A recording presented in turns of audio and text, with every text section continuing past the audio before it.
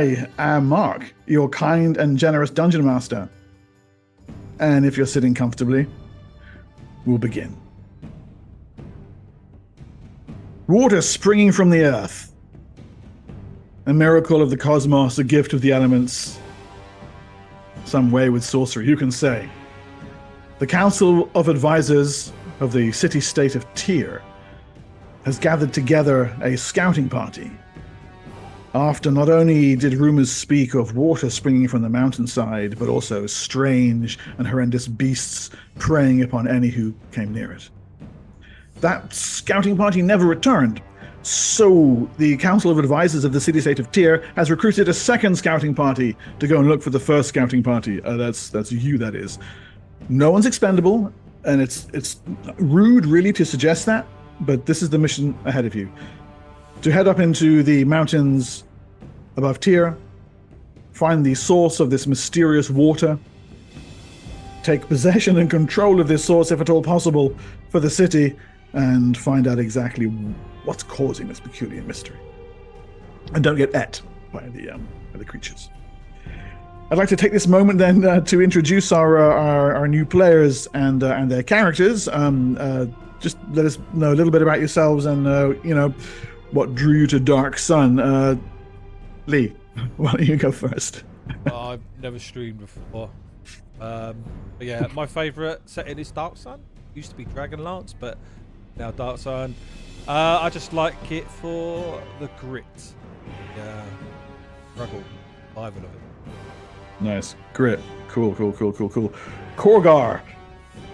Hi, I'm Bob, and I think the thing that got me into Dark Sun is very sword and sorcery, a lot like sort of classic Conan, and just a nice, different alien setting.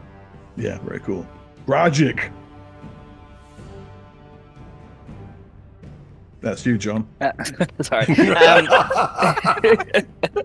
I got into Dark Sun a long time ago. I like that it's just gritty and dark. I played a lot of Forgotten Realms beforehand, but Dark Sun allows you to have something that you can just shape the world for good or ill, and it's a wonderful setting. Nice. Durin. I'm playing Dern, a Mule Bard. This is my first time with Dark Sun, so I'm excited to experience it for the first time with you all. It seems like a really cool setting. Nice. Ralph, tell us about Dactyl. Or you? Not on me. Yeah, long-time listener, first-time caller. No.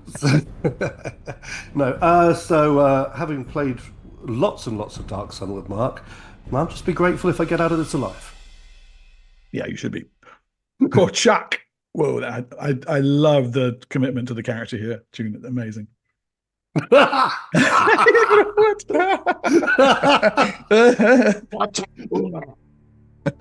is my home. I live here to burn things. So what you're trying to say is your first time playing Dark Sun? Fantastic. Don't be offended if I eat off here. Tasty, yes. Good. Right. Before we start, we've been donated by Grim already. Grim. Our saviour. 60-20. So, the top left, guys, on Dark Sun, on the Roll20, you've got a little dice symbol. So if you click the dice symbol and you can click on a D20, the DM's going to do it as well. Where? Top left. Good, you rolled low. That's what you like. So no one get lower than a 4. Who are we waiting for? 1, 2, 3, Whereabouts on the 5. sheet? Sorry. So it's not actually on the sheet. It's on the front page. Oh, okay. On mine, it's on a bar on the left hand side. Bar, yeah. Or just type in /r space I see it. D20. I see it now. Yeah, there we go. Oh. Right, everyone but Bob gets a D20. Thank you, Bob. my fault for the delay. That's all right. Thank you, I've Grim. usually got a macro for that, but the pain in the ass to edit. Well, thank you very much, Yeah. Grim. Good start. Good start. Right, I'm going Thank to use you. that in anger very shortly. Yeah. So, so you have made your way up over the last day or so from the city-state of Tyr down below in its verdant valley, through its outer pastures and up through the settlement of Westwall and into the foothills of the Ringing Mountains. Here, the air has grown cool as you've risen above the desert. Down below, you can see the arid badlands that surround the city-state, the smog of the city-state itself in the distance. You settle into the higher altitudes, the cooler weather, and eventually you find what you've been looking for. There's no great amount of water pouring out of this place. It's a small box canyon with a cliff at the far side. The sun, red and bruised, beats relentlessly down on you from an olive sky. There is water coming out of one of the cave mouths, but it's turned into nothing more than a muddy, slushy pool, which soon dries up, gets no more than a couple of feet beyond the base of the cliff. So whatever is in there is producing water, but you're not looking at the next river of the Tyr Valley. The sun, again, swelters down on your small group as you stand looking down over the valley, and even from this distance, a couple of 100 yards away from the cave itself, you can see shapes moving around outside the cave mouth. None of you recognize them. They don't look like any beast of the tablelands you've seen. Some strange, sinewy, quadruped, hound-like maybe, but emaciated and thin with a long, weird snout. You'd have to get closer to have a look.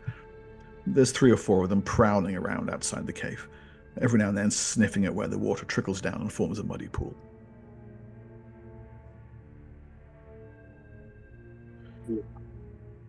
So, how do you wish to proceed? Your destination is clear. There's a hole, and there's water coming out of it. Do you wish to approach cautiously?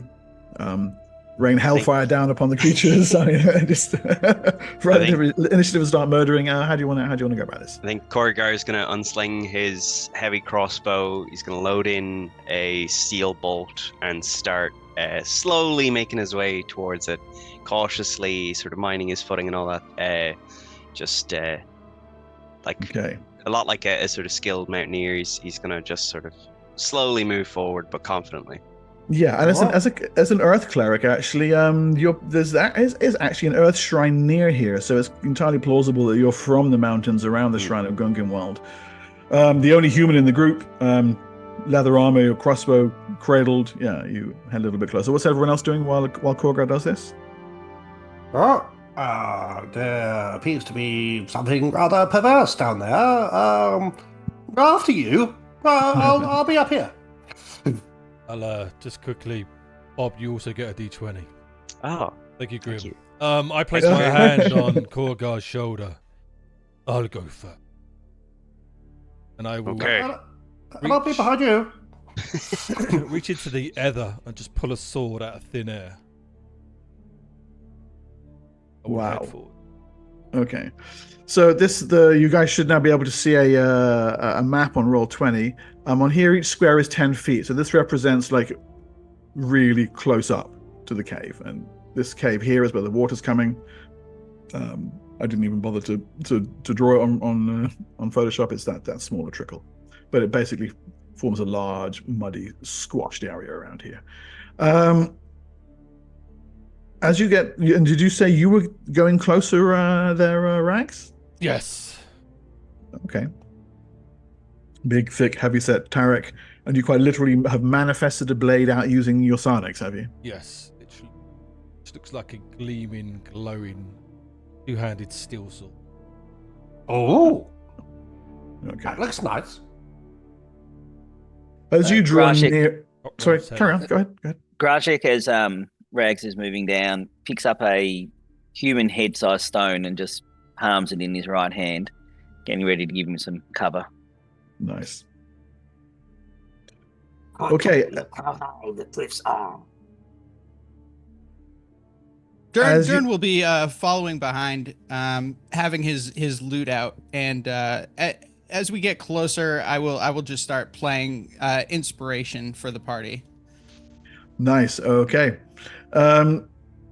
What exactly are you singing about or playing about? Do you have a theme to your melody right now? Just how much I enjoy water and sitting in water and bathing in it and getting Cool, clean cool, cool. from it. Yeah. All right, nice. Okay, so as your bard companion lets his words spill around you, at your level, that's a +2 on ability checks and saving throws and attack rolls should they come up for the entire party. So real quick, so this is eight rounds per day. It says so. That's 8 rounds of combat, basically. Yeah, and those don't have to be consecutive. You can do you can have a couple of rounds right now and then save them for later. But yeah. Okay, yeah. So I wouldn't want to Yeah. use more than like 2 rounds of Sure. whatever. Good. Okay, so as you draw a little bit nearer Rags, this is what the creatures look like. This has been excerpted from a larger picture, so that's why it looks a bit weirdly cropped. But yeah, as you can see, a strange kind of quadruped. Its exterior is made of this, but it's not really quite like chitin, but it's a kind of thick, ridged hide, and head moves around, sniffing and scenting. You're fairly certain now it can see you as it lowers its forward-looking gaze and stares in your direction, and you hear a low, almost kind of threatening noise come from his throat. They sound friendly. Why did we say hello? I will go over and say hello. I check. Creature's bad.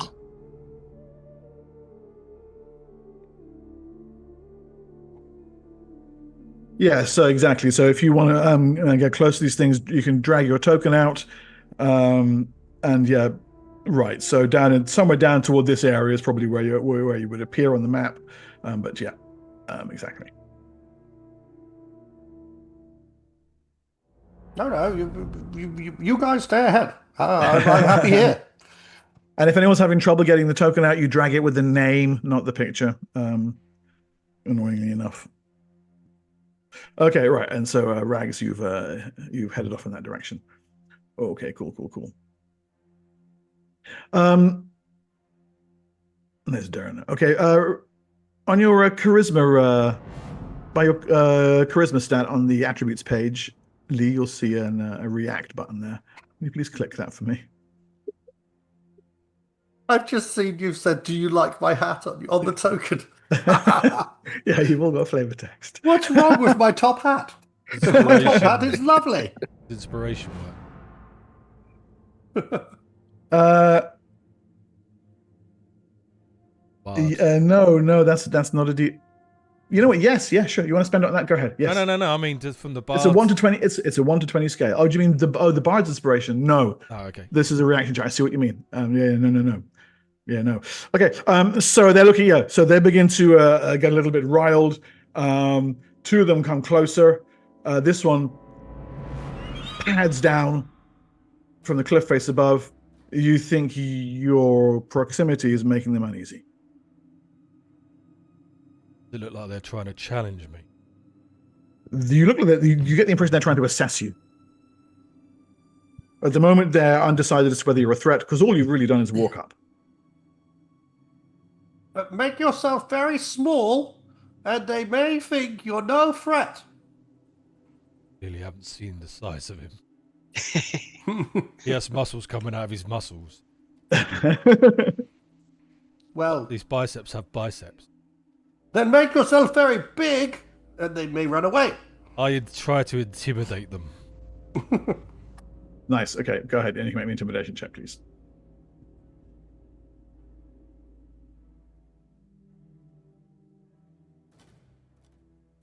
$15. Yeah. Okay. Good. Right. So exactly what do you do to intimidate them? Literally place the sword into the ground and open my arms up. Make yourself look big and scary. Yeah. Okay. Right. That is absolutely enough. This group here immediately scuttle back, taking up more defensive positions up on the slightly higher bit of the ridge, looking down towards you, toward the water, where their tails are now twitching and their snouts are sniffing the air and giving off these inquisitive little wickering noises. You frighten them. Very clear. Aha! The way ahead is empty. Let us head to the cave. With caution. You will. Head forward. Okay. Mind punch. All right. So, and you're hurrying straight into the cave then, before the strange cliff-dwelling animals return down to where they were. Okay. Yeah. We'll just go straight over to the next map then. Ooh! Yeah, I Survived love the first encounter. Yeah, you did. I love this map.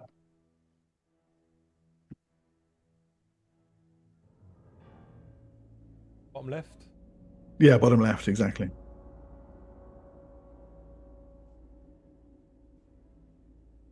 Yes. So the cave, as you enter the cave, you see the stream winds its way into the darkness. The stream bed is rocky, the base of the cave, but there's lichen, fungi, and other signs of life, including some plants from outside the cave, growing along the water. Once you get out of the sun, the air very rapidly becomes cool and moist. Smells of damp earth and wet stone. Now, this map here actually shows the whole of this kind of opening area. Your characters, of course, can't necessarily see that far in, but however, there is a considerable amount of phosphorescence and bioluminescence from the walls in various places.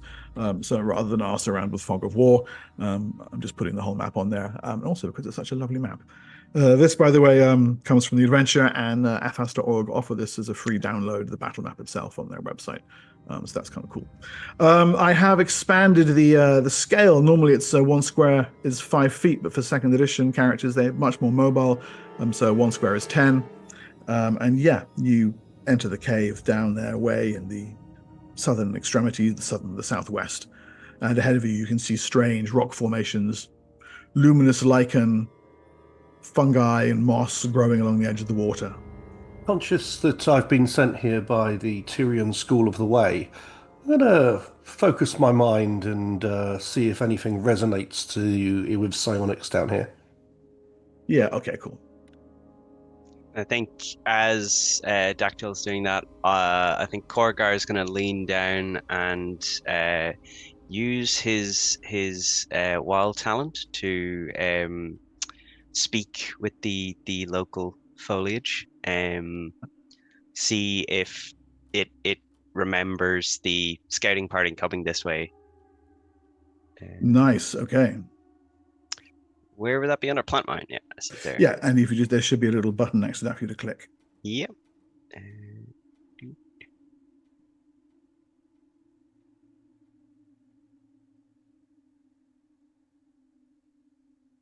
Not the button next to the word macro, but the other one. Oh, okay. Yeah. 40, I see it there. Okay, great. Great. Okay, so in order then. Dactyl, yeah, you do indeed sense a powerful psionic presence here. Anything more than just detecting it? Yeah.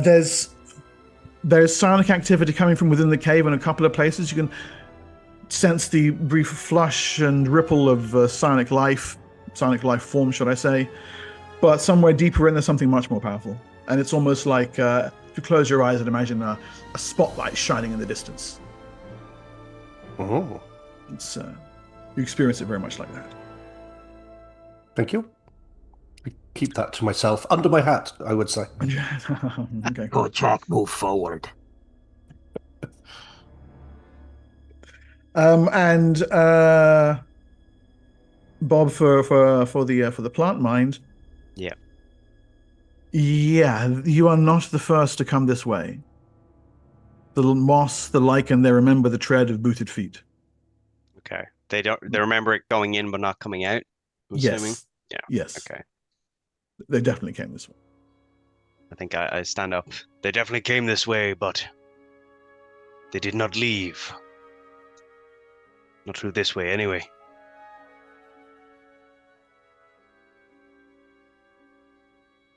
So do you guys press onward? Move forward.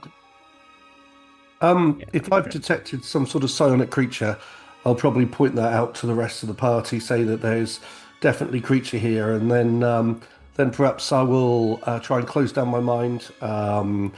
Use perhaps my mental armor just to fortify whatever psionic defenses I have. Okay. Yep, good.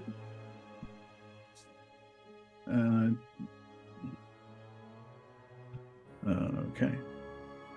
So ahead of you, the stream's course, you can see it begins a sharp switchback somewhere up ahead, following the cave's general shape before continuing deeper underground. Now there's little of the daylight ahead. No surface plants grow in the area, but fungi, molds, and mats of slime are far more common along the water's edge than they were near the cave mouth. Just a moment, please. Okay, cool.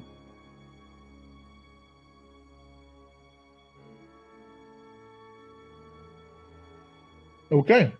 So as you can see up ahead, you can see the cave, as it were, goes deeper directly into the river goes directly deeper into the cave. Up ahead, loops around a large rock formation.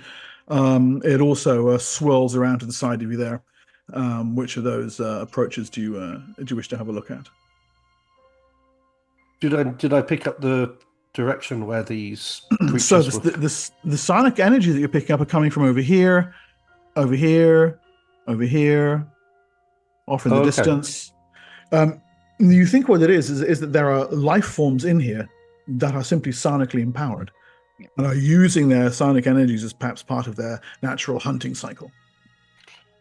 I think there might be creatures in the water, though we should be cautious. Their minds appear to be strong in the way. Grajek has a little bit of a look around to see if he can see any booted footprints moving through the area, to see if there's been any disturbance from people wearing clothing. Okay, cool. Do you have the observation skill? Observation non-weapon proficiency? I don't think so. No, I don't. Okay. Then if you can just give me a straight wisdom check from your abilities page.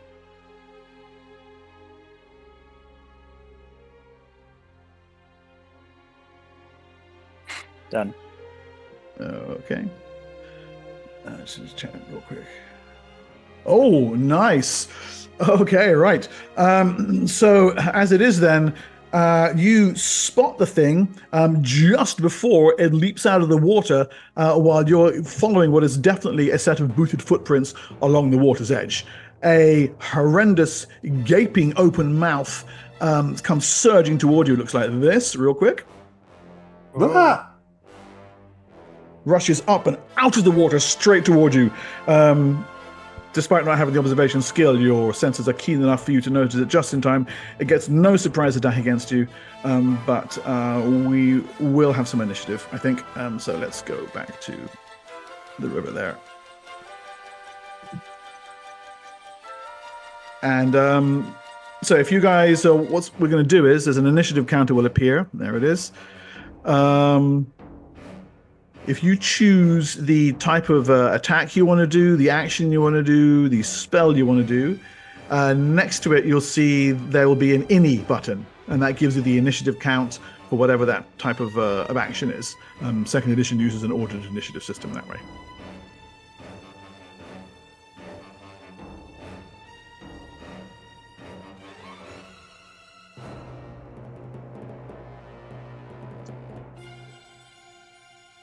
And If How do there.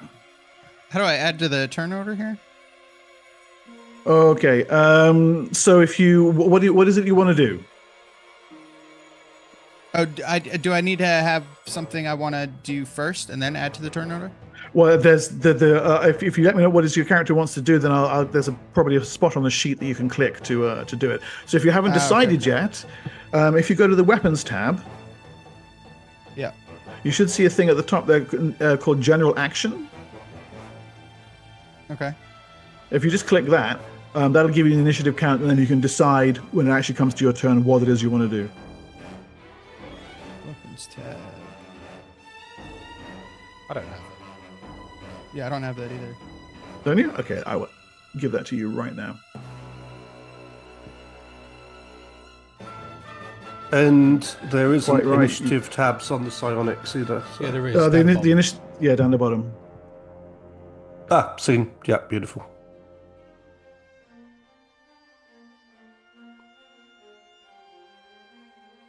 There you go. You see that? Yep. Right. If you click that, that'll Click the hit button or the ini button at the end. Yeah. Okay. There you go. All right, there we go. Nice. Got it. Cool. And I'm clicking the little 20 on initiative, and nothing's happening. So Okay. Just you need to put a 0 in where nah. you put in it. Okay, cool. There you go. Done. Okay, and the Chthonian Lamprey gets a terrible initiative roll with a 10. But okay, Dactyl, you're just in time to see Gragic stumble back from the water as his horrendous fanged mouth leaps out, just misses him. What do you want to do? I'll reach out into the creature's mind, and seeing as it's just jumped out of the water, I'm going to thrust into its mind the fact that it is now out of water and can't get back in. With some sort of mind thrust, I believe. I think the...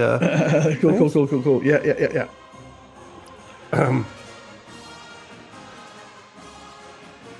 Yeah, okay, good.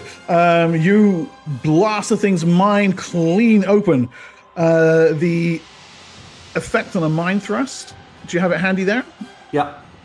What is it? Stabbing telepathic attack causes a target with an open mind to lose the use of 1 psionic power for 1d6 days. Okay, cool.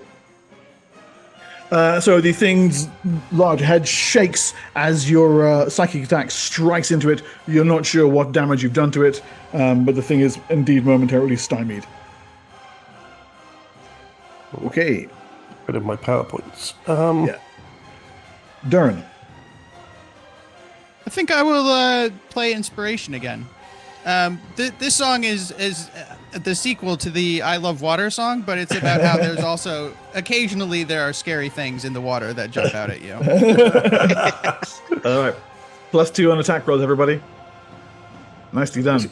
This is hardly the time for a song. Perfect time for a song.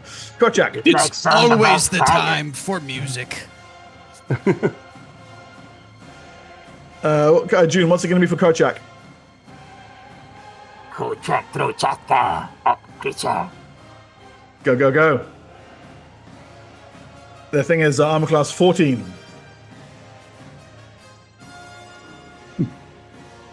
Hit.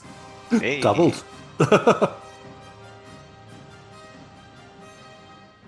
Yeah, that's a hit. And you have there's the damage thing just down below.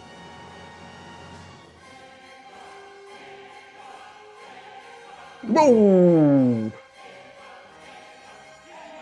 The Chakra bites deep. How many of those can you throw around? 2, right? 2 or 3? I can throw 2 around. All of them.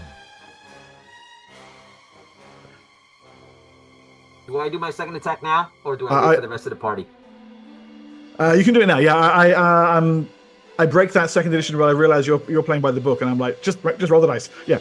Okay. Yeah, I don't stagger them because yeah. Another nice hit.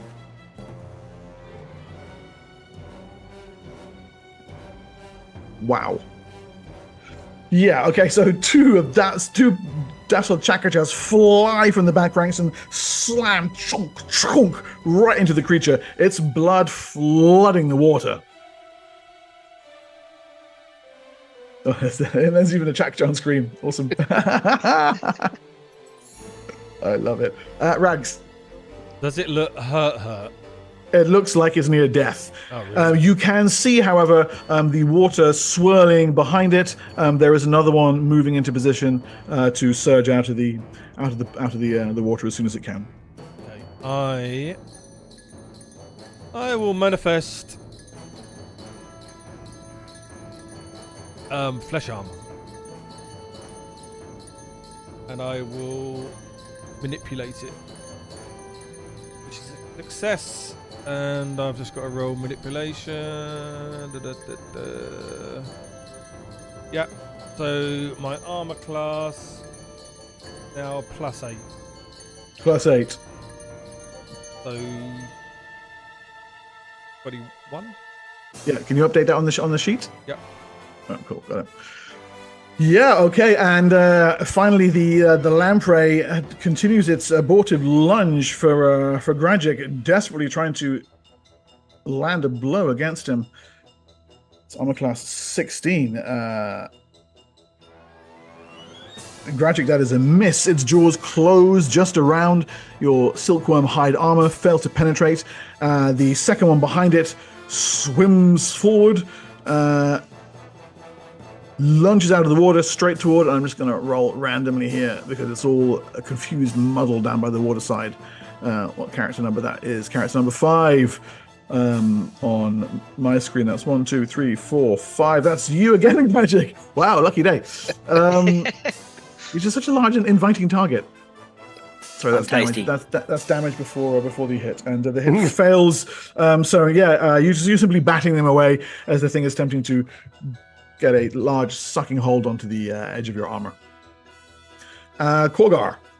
I think Korgar is gonna rush forward and almost like he's bayonet charging with the heavy crossbow and just fire it into point blank, yeah, the wounded one.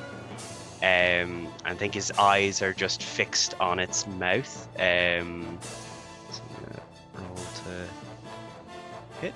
I got a 19. Nice. So that's definitely a hit, and the thing counts as large. So you'll see there's down below the damage. There's So use the large one. Ooh, very nice. So steel tip crossbow bolt, 6 damage. Takes it right down the throat, and the thing's body quivers and falls lifeless into the water. Slain. No, I think he's gonna sort of lunge after it now, trying to get back the bolt. I need that. Find a back reed. And finally, Gragic. Oh, Gragic just does what he does best. He gets his dragon's paw and he takes a few swings.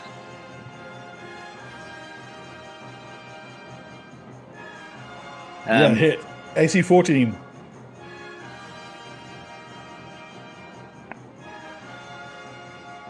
And the second one.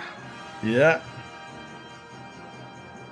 You are just hewing chunks out of this thing. Another 13 damage.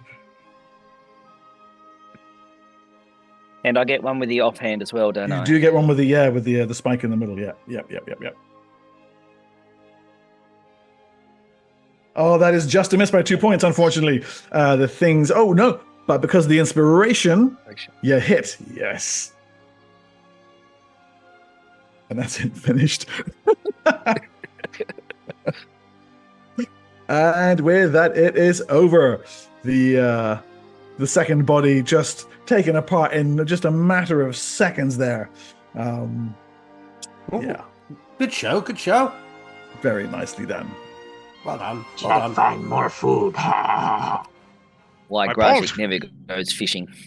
I think Korgar's just going to dive straight in after the one that he killed to tear the bolt out of his throat, but also try to rip out some teeth from it. And if he can, he's going to try get some from the other one as well.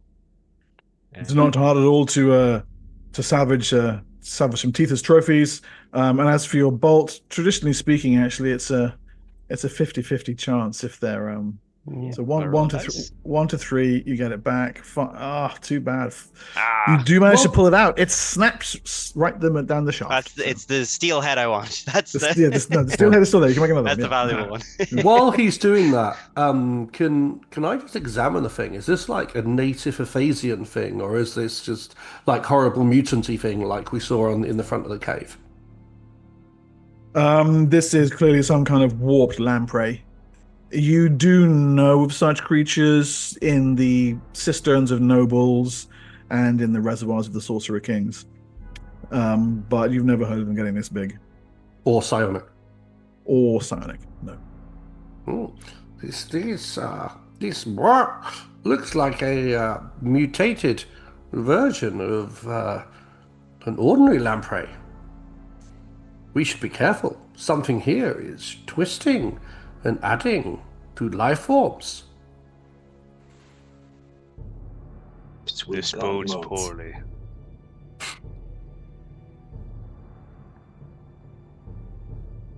So, how do you wish to proceed? Down the main cave? Down this way? Up into the little grotto? Where The were water the footsteps leading? So the footsteps led up to about here, and then they cut straight off in this direction. Follow the footsteps, I guess. Oh, the completionist in me wants to. Follow flashbacks. Yeah, as Korgar is walking, I think he is going to cast Detect Evil, just to see if or maybe should he wait till it gets a bit deep? I think he's going to wait till it gets a bit deeper. This place is quite expansive. Okay. And Would a detect magic detect psionics as well? It will not. No. No. No. Okay. They're definitely separate. if you detect magic, I will detect psionics. I will do that then.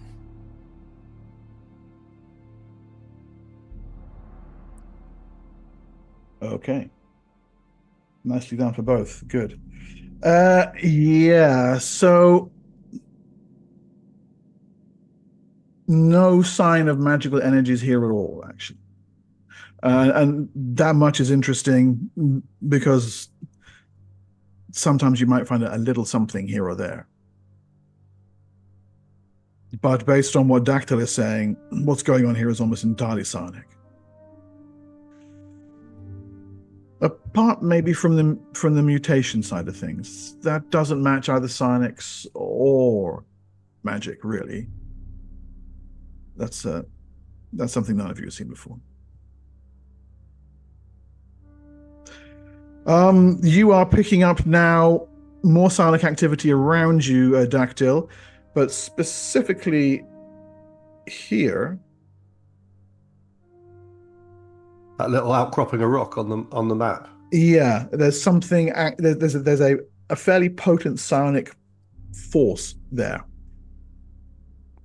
An object, a life form, a magic, a psionic item. You're not sure. There's something there that's like a little kind of hot spot in your If you'll excuse me, everyone, I think I need to go and take a leak. You'll have to excuse me while I walk over to this rock and see what's there. Oh, and evacuate. Yeah. As I do that, I've already got my mental armor up as well. But just in case it is anything nasty, I will turn my minds to, well, actually, seeing as Rags did it, I'll turn my minds to flesh armor, just in case anything does jump out. I'll have that ready in my mind. Yeah, good stuff. Okay, good. So given that you are ready, I think you do deserve a surprise roll. 1 or 2. No, you're not surprised. Okay. So yeah, you can see it before it moves. It looks like just a discarded heap of shell armor lying on the ground. This is why you die. But the psychic energy coming off it is palpable. And then it shifts on the floor like some hideous scuttling crab, the arms of the armor moving around, and then pushes itself forward and leaps through the air straight towards you. Bollocks. Okay. I will manifest flesh armor, and at the same time, I will augment it with the power manipulation.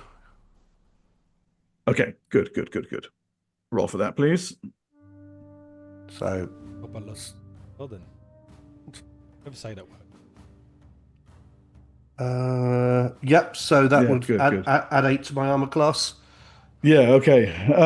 The thing's scuttling launch is so ill-timed, and your psychic shield comes up so rapidly that it quite literally veers off you in midair and hits the ground, and then scuttles around, and you can see where its arms would be. Like if you wore this as a suit of armor, it has arm blades coming out, and these are now rise up to face you like some horrible defensive crab. Gentlemen! Gentlemen! Leave him be. He's taking a piss. No, really, gentlemen. Okay, does anybody want to do anything before I inflict something horrible on Ralph again? I will go and hit it. Rajiv will move in to help I'll out. load another bolt to fire off. Can I move as well backwards, or is that another? No, go ahead. You can take a move backwards. Yeah. Yeah. Gentlemen!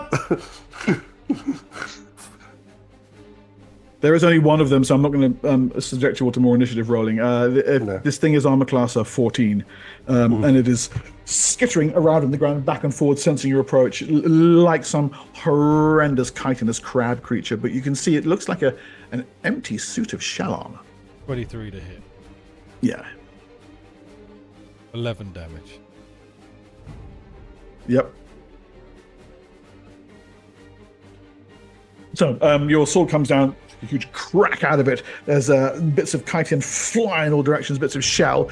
The thing scuttles back across the ground. It seems to be trying to get back to the water. Did I see someone else was swinging at it there?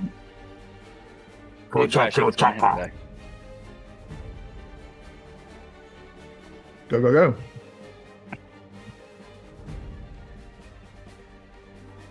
That's a hit, go check. On 14, 25. Yeah, okay. You're blowing chunks off the poor thing now. It's now kind of basically limping across the ground, pulling one badly into the limb behind it. Oh, and that second one finishes it off. The thing quivers once or twice, and then just simply lies still on the ground. And that's for sneaking up on him, huh? He's taking the call of nature. Nudge the thing with your foot. It's a suit of shell armor. Again, unusual construction. Small, actually. Would fit a particularly weedy dwarf or maybe a halfling. Do we know if anyone like that description was in the party? But No, they're all humans. Does it look sort of very, very pale, like something that the shell, like something that would be from, subterranean place, or? Actually, no. There's nothing really subterranean about this, and again, the manufacture is very odd. It's definitely shell, but as you kind of, if you judge it, it's safe to pick up the way that it's woven together. The fibers that are used to thread the shell together is like nothing you've seen. It's a weird, almost stretchy material. It's not like leather or cord or sinew or anything. And the shell's not like any creature that we know. It's not like Kreen shell or anything like that. It's not Kreen chitin. No, it's not aprig. It's not caro. It's no. Burger is gonna pick up a piece and just like you normally do it with rocks when he's about, like just give them a little lick to know what type they're. He's just gonna give a bit of the armor, but the stretchy, sinewy material, just a bit of a lick. Yeah, the weirdest thing about it is it's body temperature. Oh. It doesn't feel like it's been sitting in a cave for any length of time at all. It's like licking your own finger. Perhaps I'll put it in my back for further study later. It could still be alive. Unless it jumps out and attacks us again, yes. Take it. Kochak, watch you. Okay. No, that's just creepy. No.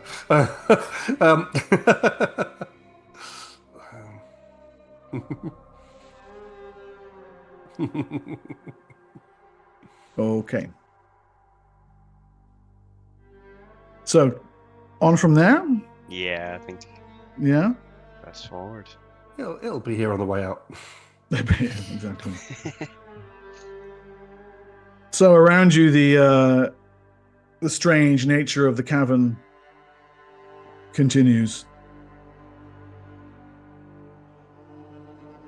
You proceed cautiously further, follow upstream. Again. And yeah, it's when right. So when you guys reach about this outcrop here, it's then that you hear the sword blows coming from this direction.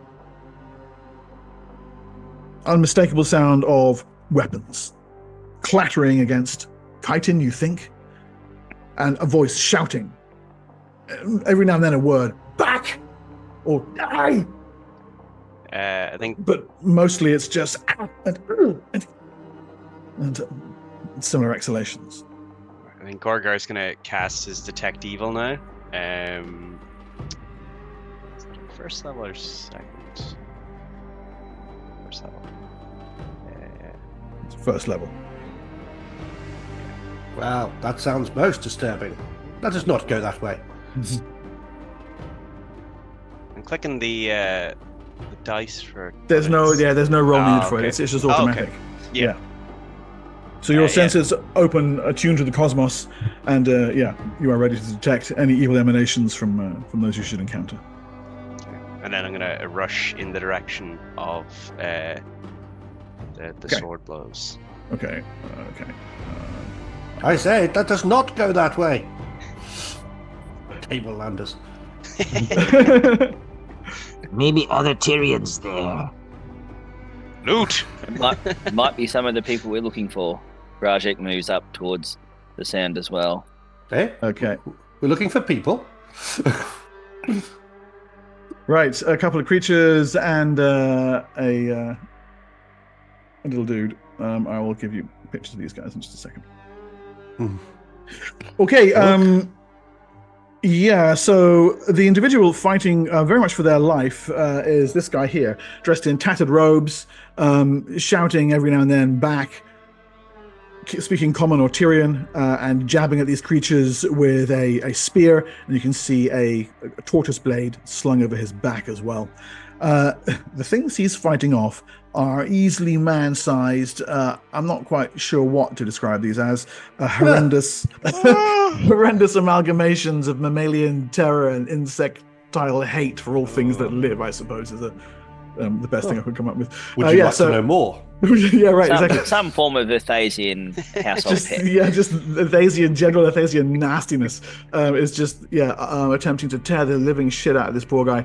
Let's go back to the battle now, shall we? Asian Terminator or something. Right. Oh. Yeah, I think it's Troopers. Yeah. Rajik will be running in. Yeah. Good. Yeah, so move your tokens into position there. Where are we here? And I want that one. You're going the wrong way, I tell you. I think as he's running in, Korgar definitely going to fire off a bolt. On the run, yeah, nice. Yeah, okay. yeah. Okay.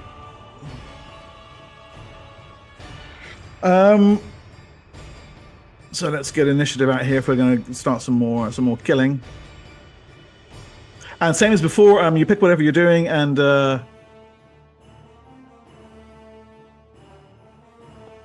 okay, one of my monsters is on the wrong layer. I can see him, but you can't. His initiative is there, though. I promise. Okay,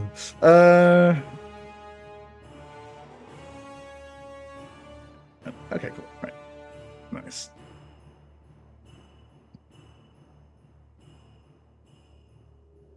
Right, real good? Okay, right, so you can't see them, but my horrible monsters are in fact first. And I'm going to need to zoom in there because that map is way too tiny for me now. Yeah, I can't see anything. But I have to say to stay. Yeah, okay. So, Gragic, I see you put yourself nicely in harm's way there. So the first of these horrendous creatures rears itself up on its hind legs in front of you, great claws and mandibles at the ready, and stabs violently in your direction.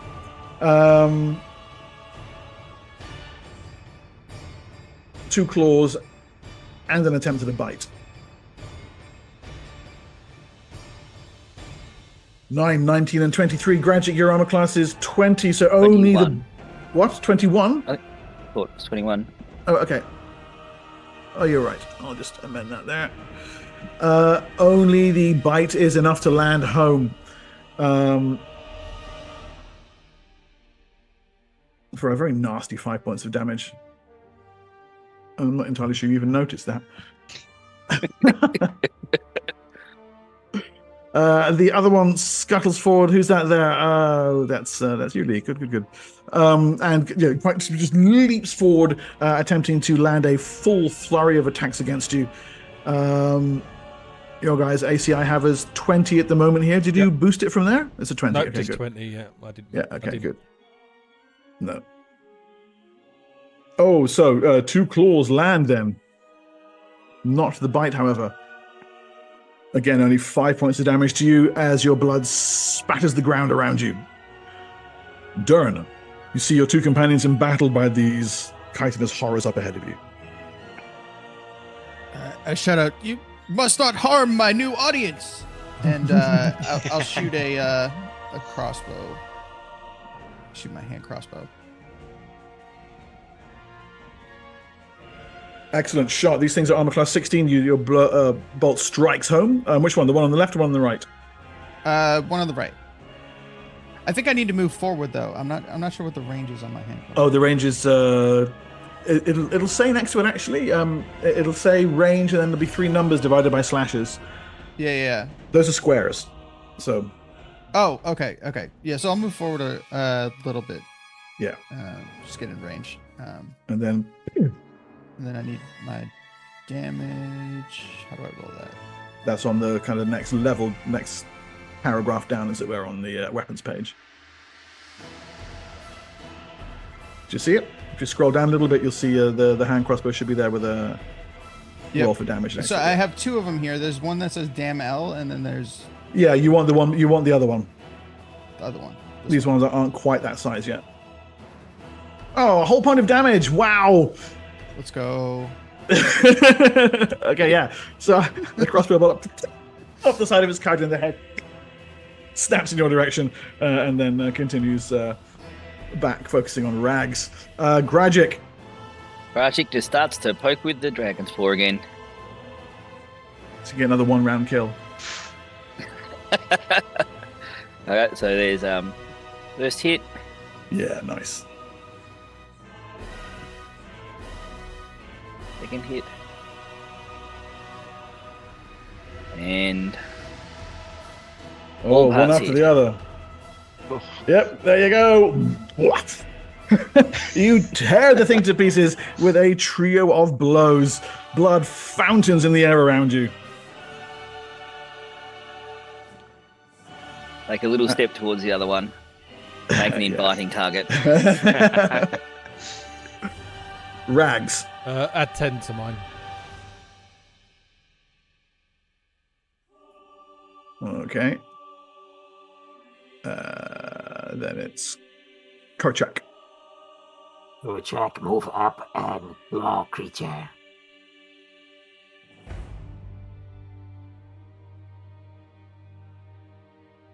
Two natural ones, Jesus. Filthy water. But there is a hit there as well. Single claw lands. 6 damage.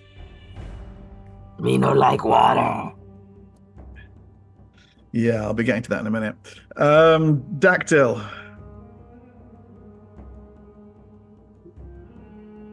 I think I'm just gonna put armor up again, just for the moment.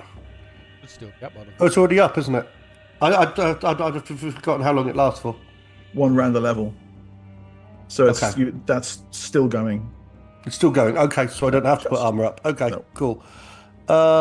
In which case, I will walk up to this guy who's handily labelled Dick and drag him away from the combat. Come with us. Come. I'm here to rescue you. He looks in your direction. Yeah, please. I just drag him away from the combat. Good. Okay.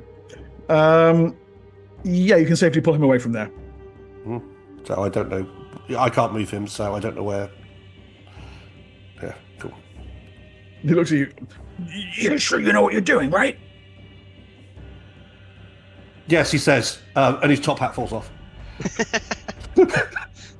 He scrambles to pick it up from the water, like, yes. Gorgar is going to, I think he's going to loose off one of his crossbow bolts and then step to the side a bit, but first he's going to fire. Weapons. It's a 15. That is just a miss. The bolt flies past the thing, disappears into the darkness, clatters against the wall. And he's going to step forward then off to the side and reach for his ancient shattered steel. Once long sword, now it counts as a short sword. Yeah, exactly. All right, nice. Deacon, the person who you've just rescued, takes a step back and just looks around himself in complete panic, eyes staring wide, barely really registering exactly what's happened, aware only that he's currently out of danger. And Rags. Wipes. 23. 14 damage. You thwack the creature quite solidly. It recoils sideways and, realizing that it's on its own, gets to make a morale check. Run, little girl. That is a pass. Nice high morale. It decides it's going to stick it out. The thing foolishly thinks it has the upper hand here. Yeah. Initiative for the next round, please. Awesome. Much better. I'm on an 8, even though you can't see it. I'm on a 16. I see. Even worse. How do you manage that? Okay. We're good to go. Dern. I see that Dickens kind of panicked, and I'm very excited about having a new audience member. So I'm going to go close to him and say, new friend, I have a new song I want to play you. And it's going to calm you down so fast. And I'll just play a song and use Counter Charm to give him +3 on saves versus fear. That's really interesting. This is a song about how sometimes you might be fighting by yourself, and then a bunch of random people show up and save you. Okay. Oh! Holy shitballs. Natural 20. Okay. As the words of your song envelop him, the madness for a moment leaves his eyes. He leans forward and grips you by your arms, Dern. You must run. You must run. It is not safe. They are all dead. I killed them, and you will do the same too.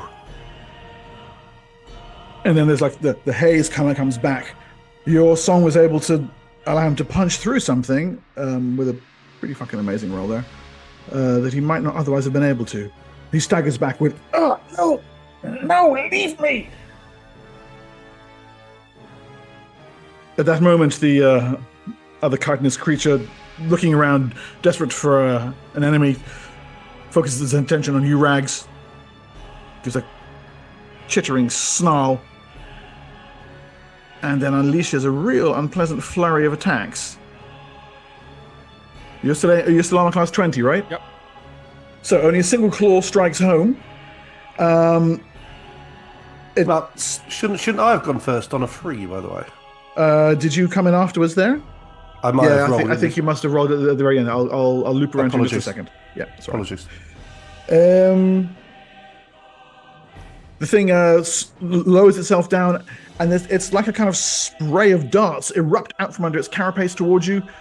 Rags, dealing this much. Oh. Total of 19 to you, Rags, as you stagger backwards, clawed and impaled by a fusillade of darts that the thing has hurled at you. It actually takes a moment to rear up on its hind leg and certain that it's about to kill you all. So Ralph, go ahead now. Okay. I'm going to move in close to the creature. And I'm going to grab hold of it and drain its life into me. Ooh. And I'm going to manipulate it as well for using the extra side points. If it's bigger than 13, that's good enough. Do I need to do a touch attack first, however? Or something, anything like that? That's it there. Okay, good. You do not have to touch. No, range is touch. Yeah, you have to touch. Yeah. So, what do I roll for just my natural sort of claw weapon? Yeah. Just do that. Yeah. Okay. Fine. You do have a D20. Oh, I'm going to use it. Yeah, I'm going to use it. Yeah, let's use it. Thanks. That's what they're for. Thanks, Grim. Oh, for Pete's sake. 5. There you go. Money well spent, Grim. Thank you. Thanks, Grim. Such is life. No, you failed to land your attack. But the power still activates, so nothing happens to you. But you did activate the power, so should you make a touch attack, you can then start. Do I still need to roll the manipulation roll as well? If you want to manipulate it, yes. Yeah. Okay, cool. No. Okay, so 1d6. Okay. Yeah, that works. Oh, yeah, it's less than, isn't it? Oh, it is less than. Yeah. Okay, Yeah, good. sorry. So Yeah, 2d6. Good. Thank you. Cool. Right. And right. So back to Kochak. Kochak,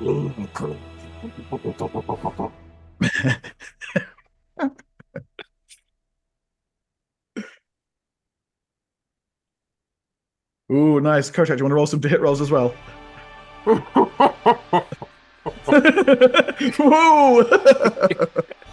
There are a lot of damage rolls, but no hit rolls. I can't follow any of that. Roll damage and not hit. Yeah, those are all damage rolls, Jude.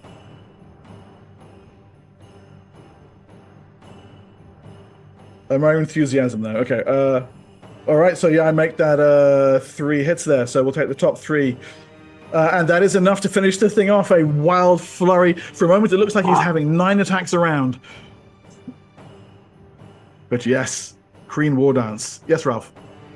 No, just thinking, what do I do with this power now? I'm just wondering who to touch.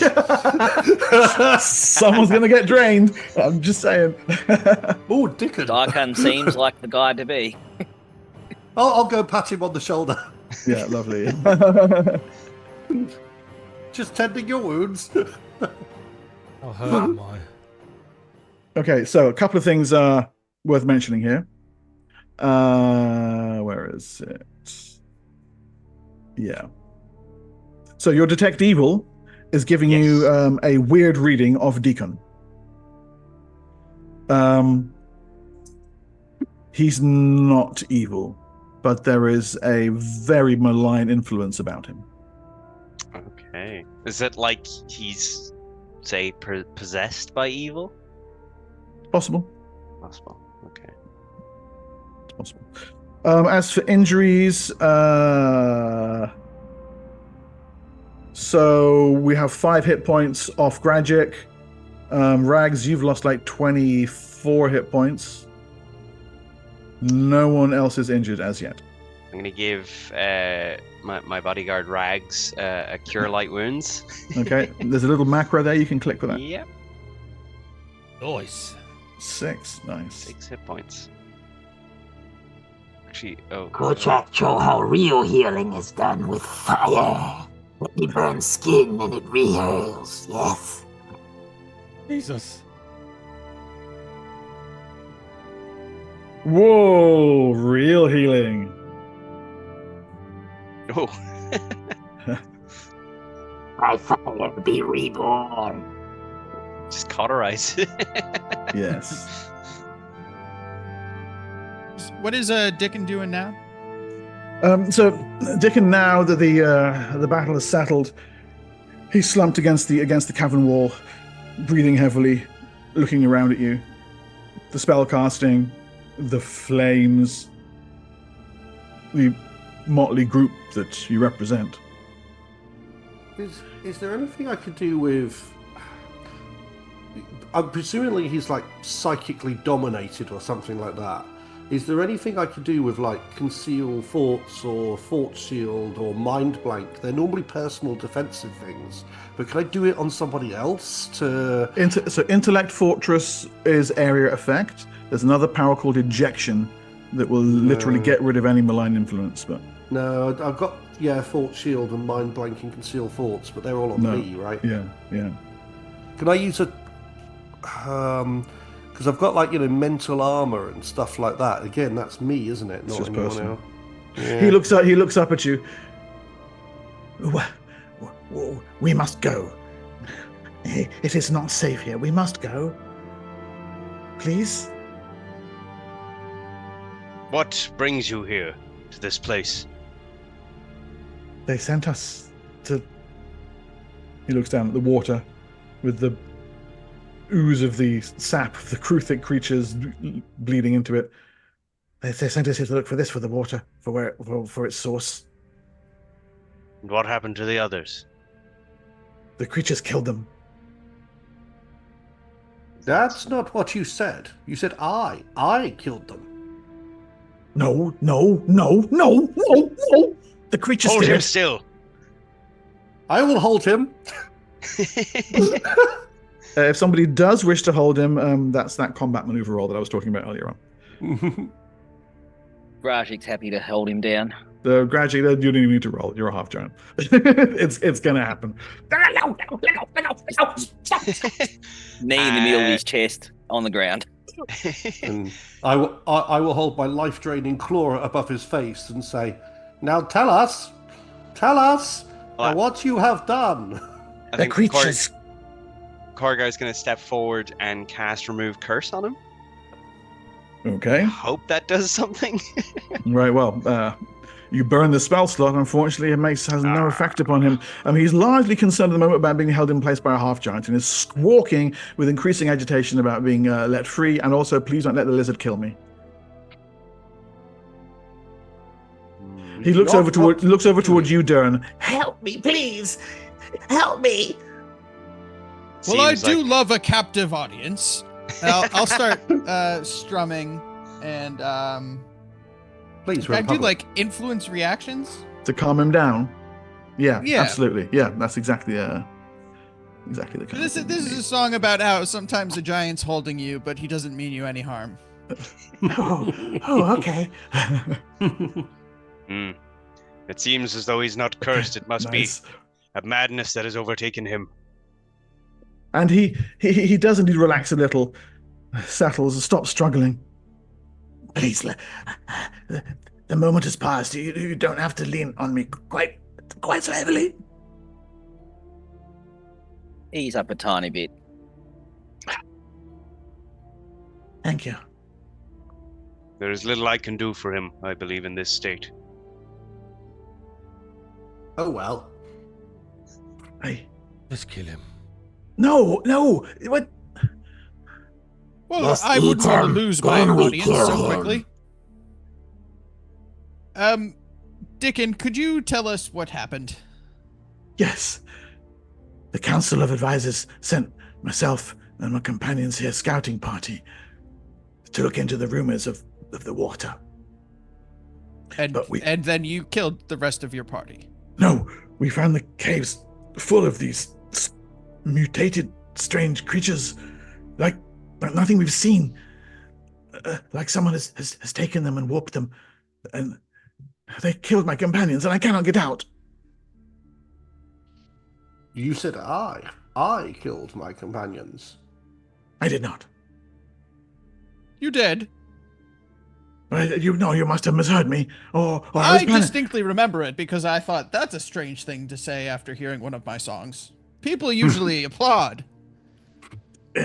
Well, no, but maybe I was panicking. I was panicking. I was afraid. I don't remember saying it, but if you say it, I must have said it. I must have been panicking. Sense motive. Not in this edition. Well, the exit is over there, and I point towards the direction we came from. He looks back in that direction. As if on cue, you see a lamprey kind of out of the water and swim away. No, I'm going to stay with you. No, I'm not going there. That's terrifying. You will kill us all. No, you stay with us, you must go first, then.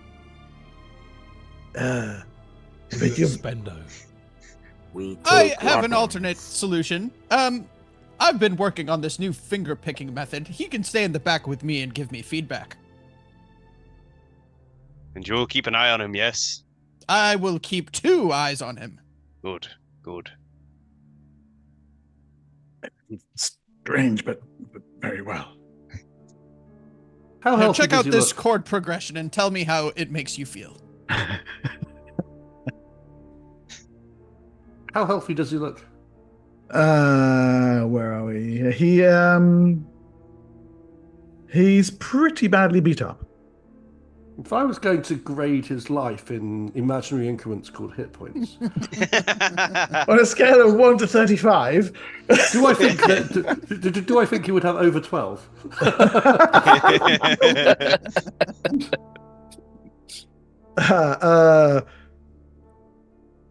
Do you think it entirely possible that there's enough life in him that were you to take enough to heal you that it would kill him? Well, Yeah, he's badly hurt. Damn it. Do it. Do it. Does he look diseased? Dirty, tired, underfed, scared, but not diseased. Got someone Before in Grashik chat takes... using their powers. But thank you to Lucan for a D20. That goes to Ralph, who hasn't got one. Because I used it. Use them or lose them, boys. Thank you. I'm going to manifest a power Okay. called Cell Adjustment. Yeah. That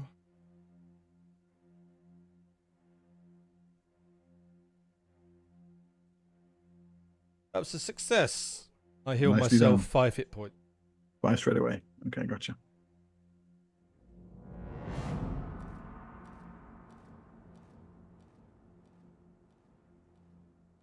Before Grashik takes his knee off Dyken, he just pokes him fairly heavily in the chest and says in a fairly grimacing voice, "Behave yourself around Dern." I will. I promise. I still think he will kill us all. You're worth just as much alive or dead, so remember that. And he takes his knee off his chest. Thank you.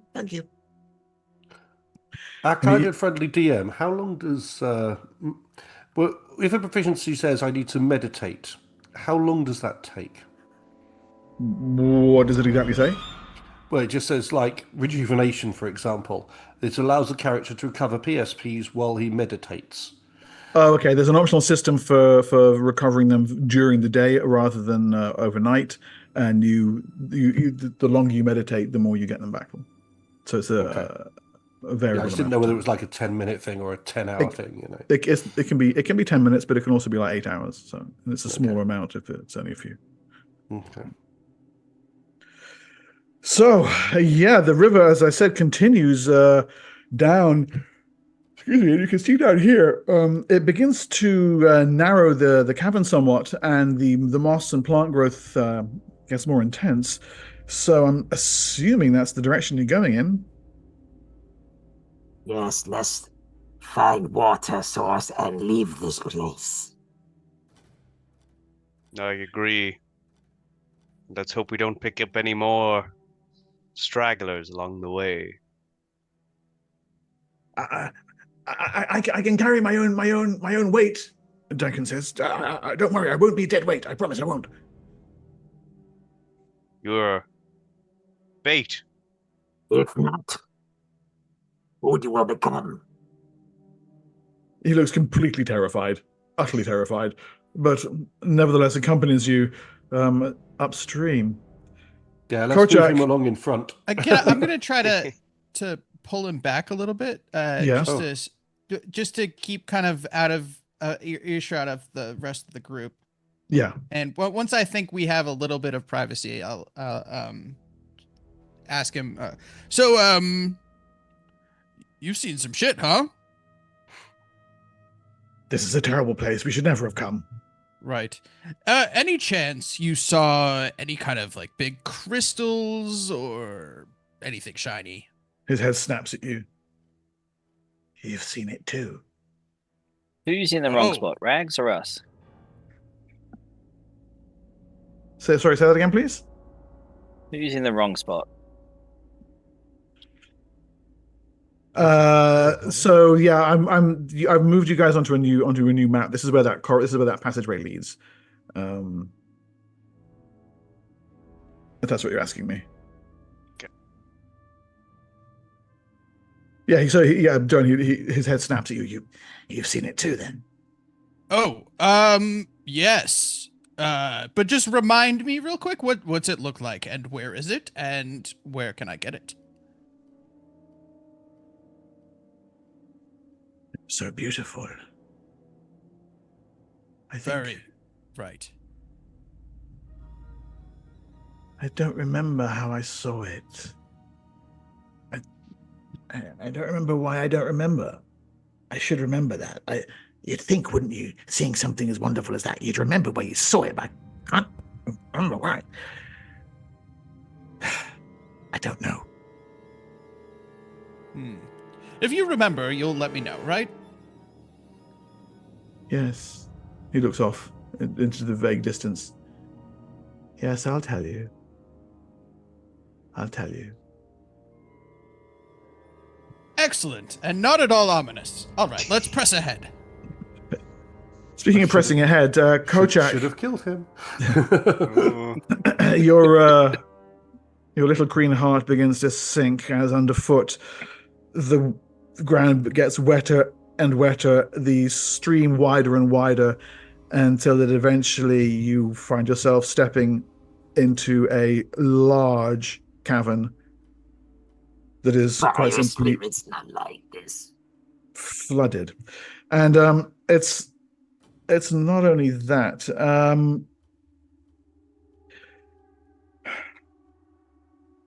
As you pass through the narrow tunnel, the lights rise in intensity. Beautiful hues, yellows and greens and reds and blue, flickering, sometimes on, sometimes off, slow, quick, bioluminescence. The cavern is more humid than the last, and it's this almost immediately begins to set your spiracles gurgling, Kojak. A low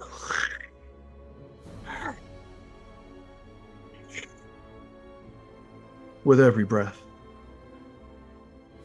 There's a strange but very diverse ecosystem here. The cavern walls are crawling and dripping with slimes and lichens and fungi, and alien creatures swim and crawl and squirm all throughout the river and its scant banks.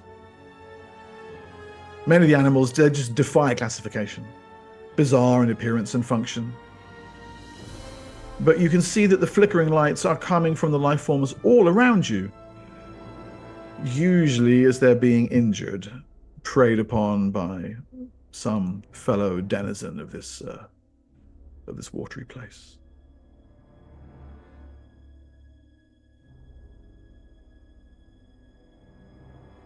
Goshak not like this place. Too much water. Lots of life, though. Strange underground this be. I Too could much play life my for song us. again about how excellent water is. I have a question that might be relevant. So my float ability, how does that work? So you have it's a silent wild talent, and you can basically do it for 2 rounds a day. It's a very brief little burst of psychic ability that everyone has on Athos. So for you, you would simply say that you're going to do it, and you click the thing next to it, and if the D20 roll comes up 11 or higher, you can float for 2 rounds. Float in the air or in water? As I recall correctly, it actually allows you to move on the surface of things like silt and water. So yeah, you could okay. You could cross, for example, most of this cavern walking on the water yourself. Yeah. As long as I could get across in 2 rounds. Right, exactly. And for you, that movement rate is 24 squares. But if you were running, you could triple that. So you could actually run across this cavern in a whole round without going into the water. Oh, because is the scale back? Are we back to 5 scale? No, this is all 1 to 10. You can vaguely see, by the way, that the water is coming through an archway to the north, flowing from somewhere in that direction. And is it deep? It's difficult to tell. In some places, it does appear to be fairly deep. Where you're standing at the moment, no, it's like knee height at most. Any like bones or anything like that I can find just around the entrance here where we are? Around here, no. Okay. No, here the water flow is fairly clean, purified by its flow through the mosses and the lichens, and just swirls down back and out to the cavern where you came from. There are small lamprey and crustaceans and fish-like things moving around. I was just looking for like maybe a of all the things, not to bring a 10-foot pole or something like that, just to jab in front of me. Yeah. Just know where we're going. Ooh. Not many trees on Earth as there are. Yeah. No. That's what I think. Yeah, and it was bone. But for Dark Sun Adventures, this one is actually really, really unusual in that it's not in a desert at all. It's got lots of water. It's got lots and lots of water. Yeah. We should just start bottling it up and make ourselves a new trading house and call it done. Yeah, that is I think that's what people on the council have in mind, anyway. Kojak Springs. Moving forward. Yeah. It's our place now. Right, so Kojak, you find a bit of dry ground there. You're kind of bouncing from bank to bank, I guess. And the rest of you you're just wading out. Me following big giant, so if he fall, me not go. Oh yeah. Can I pick Kojak up underneath my arm so he's not in the water? Probably not actually, and not. You can carry him, but it will slow you down. Yeah, if you want to carry him, you're probably the only one who can. How deep is it? Here it's only like knee deep. I will manifest body dysmorphia. Body dysmorphia. That's not the right thing. Yeah. Body equilibrium. I don't like my ankles. Success. I also walk on the wall. Excuse me, Mr. Args. Excuse me. What? You're a big fellow. I don't like getting wet. Would you mind? I pick him up. Effortlessly. I'll just sort of piggyback or sit on his shoulder or something as he goes nice. through. Yeah, cool. Probably pick them all up, including the half giant. So what route are you taking? I'm following the half giant. I think the half giant should probably lead. You're gonna make Lee decide. Should we just stick to the left-hand wall, because there's some dry land again on the left? Happy with that? Yeah. That works. Dickon, have you been in here before? Yes, it's very dangerous. There are things in the water. Where's the safest route? I would go from island to island, and not fall in. Everyone, Dickon says there's things in the water and that we should go island to island and also not fall in. Sound logic. Those islands are breathing and moving. We move there. Ow.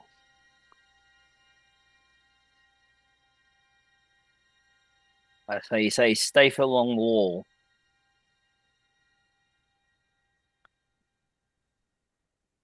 Okay. The advice to follow the walls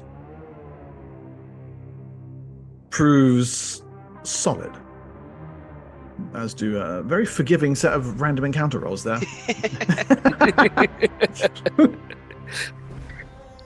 On a design perspective, by the way, the adventure is really interesting. There's a number of cited locations, but each location has tables for different types of encounters that can happen there. So there's actually no predictable set of experiences that you're going to have.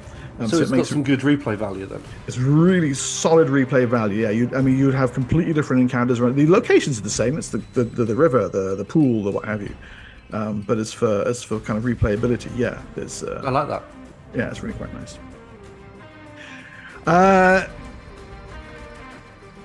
So you work your way then along the western wall, past massive columns of unworked rock, even larger than the ones in the previous chamber. There's strange animal-like plants growing in abundance, spreading their glowing technicolor tendrils out into great wavering fans, only to snap them back up into their fleshy trunks when an insect or a mote of dust drifts into their grasp. Careful not to touch these things. They could be highly poisonous. Just a quick thank you to people in chat. Carl is one of them. Redeemed 7 D6s, so we all get a D6 to add to any roll. And also there's a D20 in there. But we've all got one, haven't we? Yeah. I'm going to roll with the 7 and it'll go across mine. Thank you, guys. Yeah, thank you. These are regular players donating. Carl's and Carl and Lucan. You've got Cool. others. Nice. So that is John Box. You get an extra D20. Thank you, Carl. And that is grim for that one. Thank you very much. Thanks, Rudy, for the D6s. Yeah. Yes, fire spirits bless you. And spirits of earth. May the Earth Mother not drain you of all your life. Yeah, I'm not sure she's supposed to be doing that, but okay. Just my personal experience. This is why they threw you out. I'm just saying. Nobody knows. Right. Okay, so ahead of you then. Damn it. Yeah. So ahead of you then, you can see a kind of this archway a tunnel through which the river emerges in the northern end of the cave. It's only a short distance from there, and you're fairly certain that it's safe. You can see the water here has grown shallow again and clear, and you realize that heeding your own advice, and not Daikon's, and going along the wall has saved you from any further close encounters. A safe passage of the chamber of the great pool, successfully navigated. Oh, gee, he was evil. I shape sort of back to him, or look back to him. Tell me, Daikon, did many of your party fall in the water in this chamber? By the way, can everyone roll me a d6, please, just real quick? Yeah.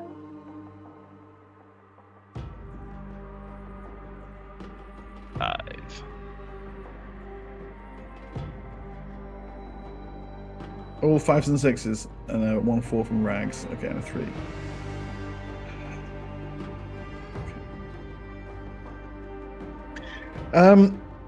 Daikon struggles to answer you. He sort of sat down. He looks up. What? I don't feel very good right now. I feel very tired. And as you look over, you realize that your queen, Korchak, likewise has leaned back against the cavern wall, shaking his head slightly.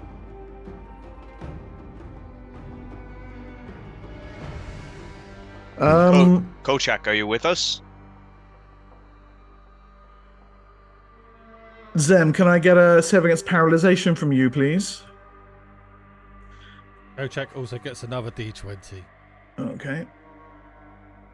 So for Durin, if you go to your attributes page, Oh, nice. you'll see in the bottom right. Scroll down. There's a bunch of saving throws, and there's one called paralyzation. See a paralyzation, poison, death magic. Do you see it? Yep, got it. Yeah, click that. Oh, okay. You can use your D6. Sure. Yeah, let's do that. Spend your D6, and it's automatically going to be a pass because you can't roll lower than a 1. For a moment, you feel your grip on your loot slipping, and before the thing falls to the floor and shatters into a million woody pieces, you manage to grab hold of it just in time.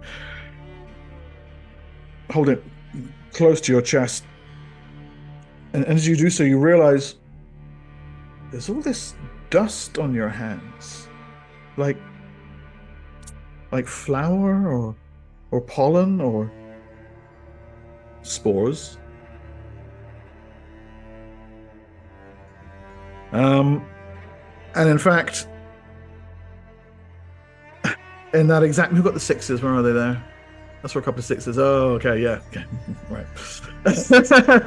Yeah, you as you look around, coming to realize what must be happening, Dern, you see that both Gragic and Dactyl are kind of standing around aimlessly, and Gragic, without realizing what he's doing, is taking one aimless step after another backward toward the water. And lurking there just beneath the surface, you see another one of those chitinous creatures. But a big one. Just waiting for him to take one last unsuspecting step.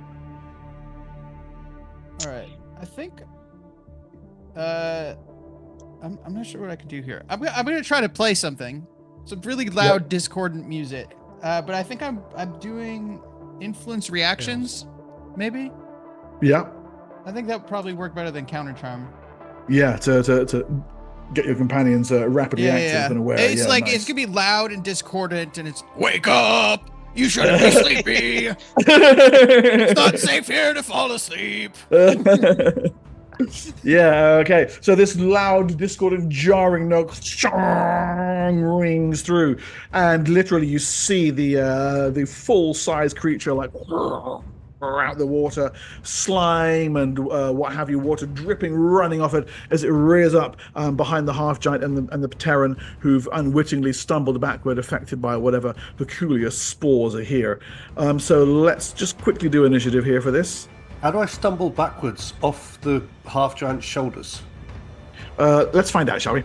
I think it's me that's carrying you. Oh, sorry, it rags. Yeah, sorry. Yeah. Yeah, I think I'll just go for a reliable crossbow. Again. Oh no. We've got 17 there on their initiative. Christ, that's terrible. I've not been doing well on the initiative rolls. The lowest I got was a 12. Just gives you time to think. Yeah, exactly. Yeah. Cool, Pondering cool. his moves. Yeah, okay, so Dactyl, roll me a d10, please. D10. Yeah, just real quick.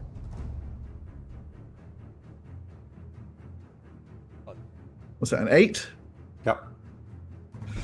That's like Jaws. Yeah. And you were on Rags' back, were you? Yes. Yeah, okay. As you slide to the ground, your head plumes with hallucinatory-induced delirium. You turn and spin to unleash your rage on the first thing that you see. It happens to be Rags, but you don't know that because you trip in, brah. Give me attack rolls, please. I take it I'm not still holding my life draining thing. Fuck it, yeah, do life draining. That'd be great. Wait, what? Touch attack.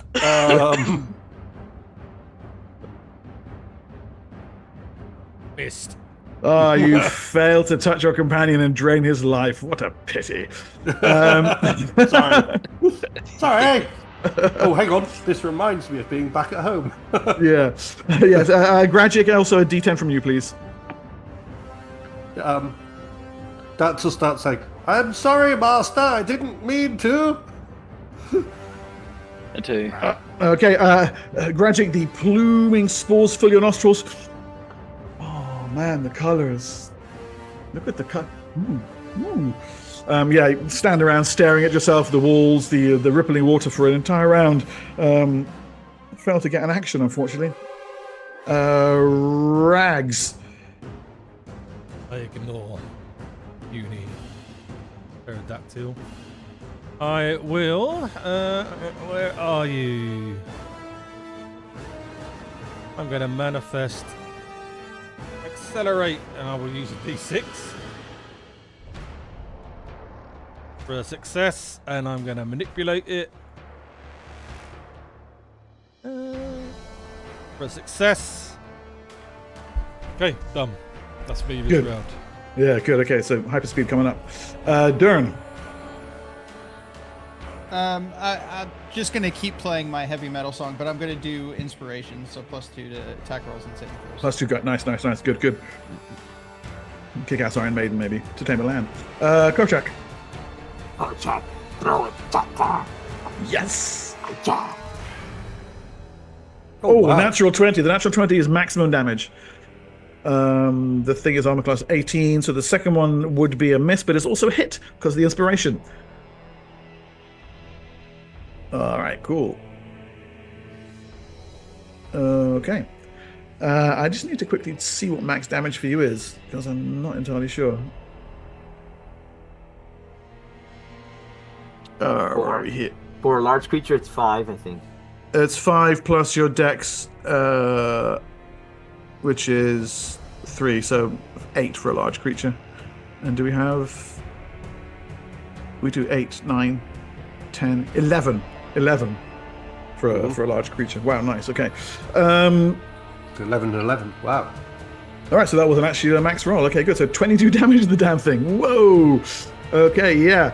Sudden bug attack as your chance come hurtling, spinning low across the water. Whack, and slam into it. Solid. Nice. But then, yes, it unleashes its nasty, chittering fury against the hapless Gragic. And this one does not launch spines, however. This larger evolved version of the creature, you can see its jaws and claws are dripping in acid. Gragic, I have your AC here as 21. Let's see. 1, 2, 3. Oh, just the... Okay, so that's... Could have been worse. 8 plus 6. 14 damage from a one well-placed acid dripping claw that slashes into you, but the others fail to connect nicely. And Korgar. Would I be able to know if like these spores or whatever would count as poison? Yeah, they'd probably count as poison, yeah. Okay, well, can I change my action then to cast slow poison on Gragic? What were you doing beforehand? I was going to fire my crossbow. Yes, you can, yeah. Okay, grand. And normally there'd be all sorts of initiative issues here, but you're at the end of the round, so it doesn't matter. So the benefit of going last, at least. Yeah. So I'm going to cast slow poison on Gragic. Gragic. Yeah. Okay, great. Right. Gragic, the confusion effect momentarily is completely halted for you. It'll come back in a few hours after the spell wears off. But for the time being, at least, your mind is completely cleared, and you realize with, the sort of horrifying sobriety that only comes after a really potent drug binge and what's actually going on here. Let's roll an ish.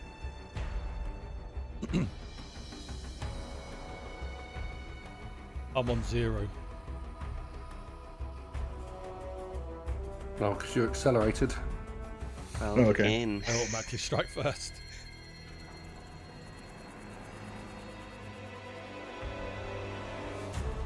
Will it accept 0? It does accept 0. Cool. Okay. Rags, go. Armor class 16, 18, and 26. Okay, so the second two hit. The first one is a miss. You roll that one. Is this D20? triple speed haste? Yes. Right, so that's 3 hits. Then I've used my D20. Yeah, cool. This thing's dead. It's large, yeah. Yeah, it is. Let's see how it's going to survive this. No, yeah, we're done. Finally. Flurry of blows. Yeah, you step up and with your psionically hasted blade, tear the thing very nicely to pieces. All right, you get him, master. Give the Like pterodactyl meat's a back on the menu. give him a slap to try and wake him up out of his slumber. Grajik tries to wash the spores off his arms and face. We should get out of here, Daikon says. I'm telling you, it's not safe here. That is definitely one truth you've given us. I haven't done anything that's not true. Can I collect some of the spores? Like as much of the spores as I can?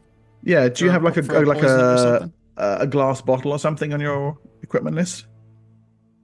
A couple of you do. I did give out a couple. Oh, here we go. At the bottom. I do. I have a water skin. Right, so you'll need to get a glass bottle of someone. Okay. I'm probably still frazzled. Hey, Dickon, come and give me a hug. I'm gonna cast a cure moderate runes on Grajik as well, as I think he looks like he's quite beat up from that. He's down into double figures. Yeah, it's pretty rough. Yeah. 3 hit points. He's on 99. Can I add my D6 to that, or? Yeah, sure. Yeah, sure. yeah. You can add it to any roll. 99. Add a D6. My starting hit points So- is less than a third of that. Yeah, it's the rolls I got for Grajik on hit points were just So bizarre. it's another 4 hit Yeah. points. Yeah. Back up into triple figures, feeling nice and safe again, Grajik. None of this double figure nonsense. Thank you, Well, Corgo. Magic can I'm come and feeling give a me lot hug better. then. Yeah. While Okay. accelerating, Three Take times it some points of or my something. comrades. While Accelerate and Body Equilibrium are active, I'm just going to quickly rush around and look for anything else I can hit. That you can hit. Yeah. Dyken's not far off. Yeah. Yeah, like he's like it's just Yeah. over there. I accidentally run past it with my sword in the way. Yeah. So, one final area remains then, the source of the river. Beyond the archway, you can hear the rushing of water over stone that can only mean you are near its source. We shall see exactly what form that takes after the break, because we're going to take one, like right now.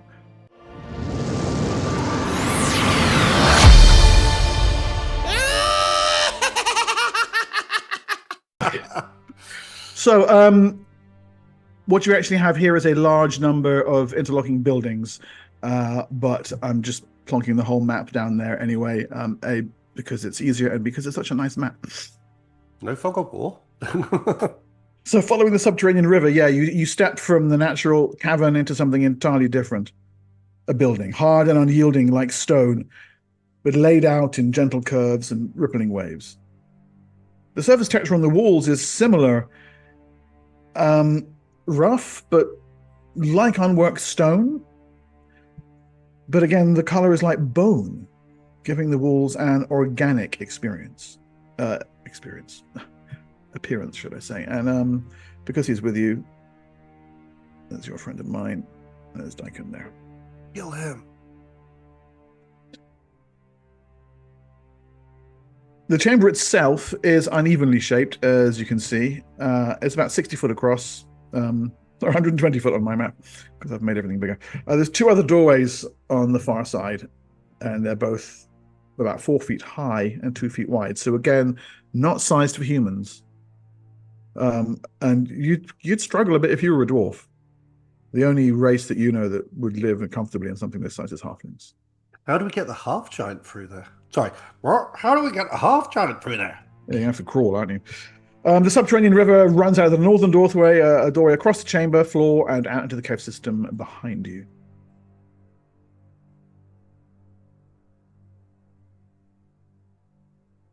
Him up. Is my detect evil still running? Yes, it will be still Yes, running at the moment. okay. Yeah, I know you're getting the same peculiar sensation every time your gaze passes over Daikon Right. of a presence there, very very malignant presence. That's not him. It's not entirely difficult to figure out what must have been going on here. Whatever. No, I don't have any psionic, so I don't think I'd be able to know if it was like sort of psionic No. something following him. Shadow Spite, you are absolutely now getting a very strong pulse of psionic activity here. It's coming from both deeper into the chambers around you, and you can also feel it like a slapback echo coming off Daikon. I think whatever is the source of this has somehow affected our new friend. We should be cautious, for I believe in what he first said to us, and therefore perhaps he should be restrained, possibly held underwater for a significant period of time. I think whatever it is may have influence on him, though. It may come in handy. It may not.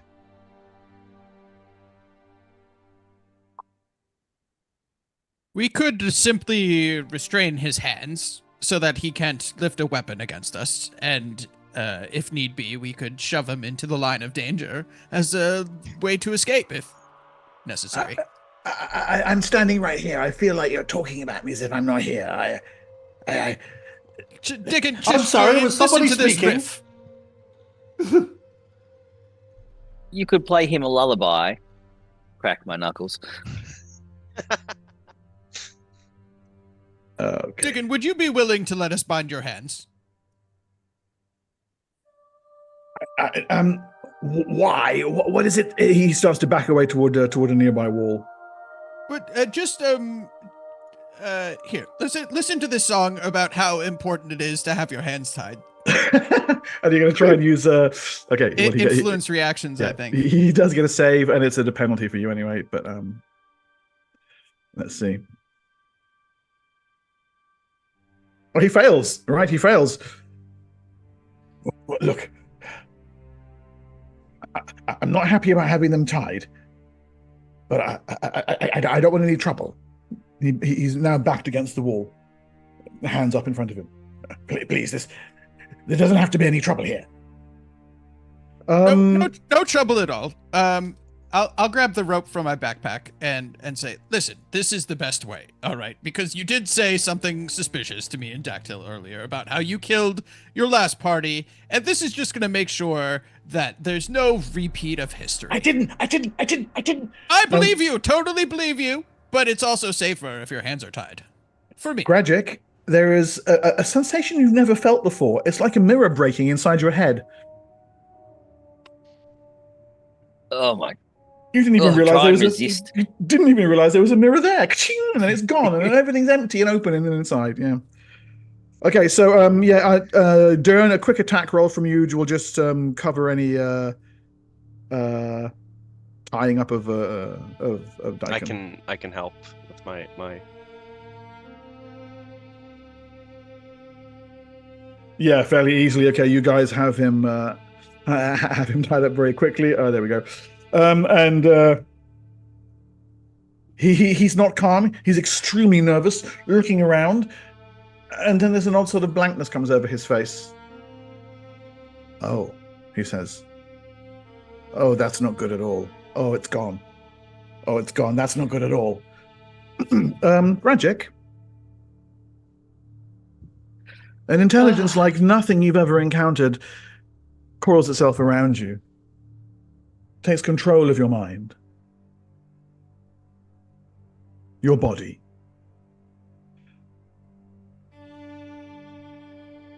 You feel your hands tighten around the grip of the dragon's paw. You realize, without wanting to, you're already beginning to size up targets.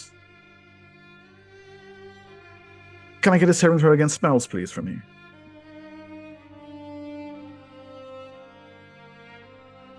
That's a fail. You have a D20. Can I add a die 6 to it? Either that or a D20. Checks pray to fire spirits. I'll try the D6 first. There you go. Okay. The awareness is briefly pushed from your mind, but you can feel it present, waiting. It hasn't gone away. Something's trying to take control of my mind. I can feel its grasp. Can I looking at Grajic? Do I now see what I saw before with Dickon? Like a passing shadow, nothing more. Okay. Whatever it is hasn't taken hold in Grajic. Okay. Dickon looks up at you. Would you really untie me? I would really like to be untied right now. Anything from Rags? I tell half giant, focus, closing your mind. Anything from Dactyl? Fort shield. Anything from Dern? And yes, I also do Fort Shield. No. You're giving instructions to another character. Dactyl's doing Thought Shield. Dern? Okay, quick question. So my counter charm, I've used it once already. Is there a limit to how often I can use it, or as long as I'm playing counter charm? Yeah, as long as it's going, Okay. it continues to work. This isn't specifically a charm. You managed to get to break through it briefly by when you gave him that extra saving throw and you rolled a natural 20. But that's the kind of things that will need to break through a sonic domination. But it's still not entirely useless. Okay. So this is okay. Yeah, I'll play counter charm just because I don't necessarily know what's going on. And it did break him out earlier, so. Okay. Yeah. Anything from Grajic? Oh no, so you shouted out a warning. That's right. Sorry, Kochak.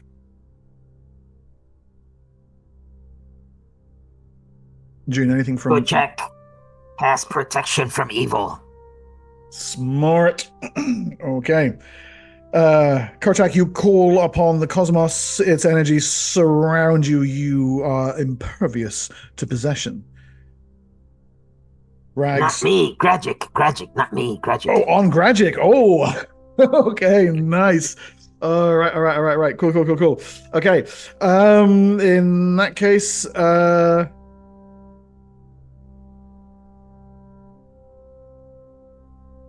there's a thought shield manifested. Good.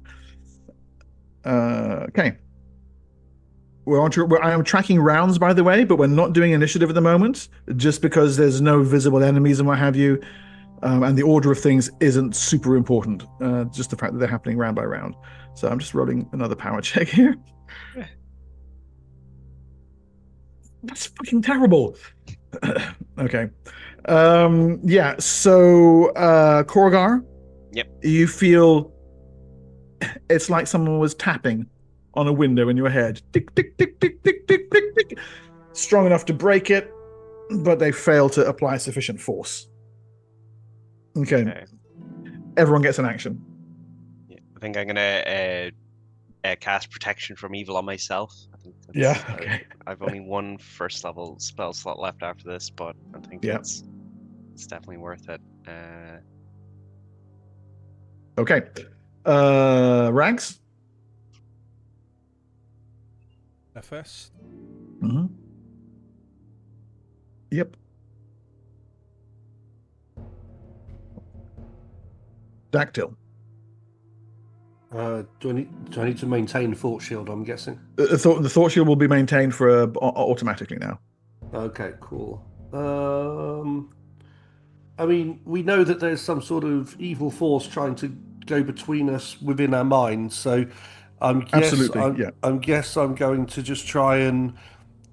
Can I I mean, I've got my mental armor up anyway, but I'll just try and detect it and just try and see if I can find out anything more about it, I guess. By using what? Psionic detection. The proficiency still. Yeah, I mean 10 is lower than 16, so... Yeah, it's coming from over here, somewhere in this direction, through these buildings. Okay. That's all you're going to be doing. It's coming from over there! Okay, Dern? Let's go! I will keep playing and just move closer to Dickon. Okay. Right. Dickon continues to struggle with his bonds. He's not happy about this at all.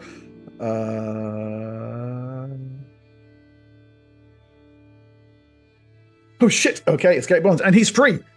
Bends one elbow in under the other, and the rope is off and over his head, and he staggers sideways, pulling his tortoise blade from his back. And where are we here?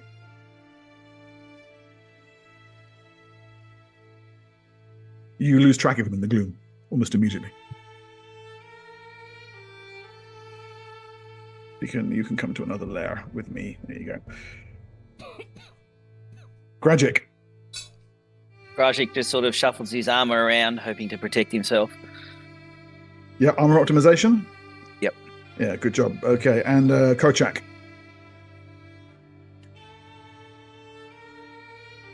Go check. Cast protection from evil on self, too. Okay. Good. Okay, so we've got Gragic, Korgar, and Kochak now all protected from evil. Nice. Okay, moments of tense silence follow.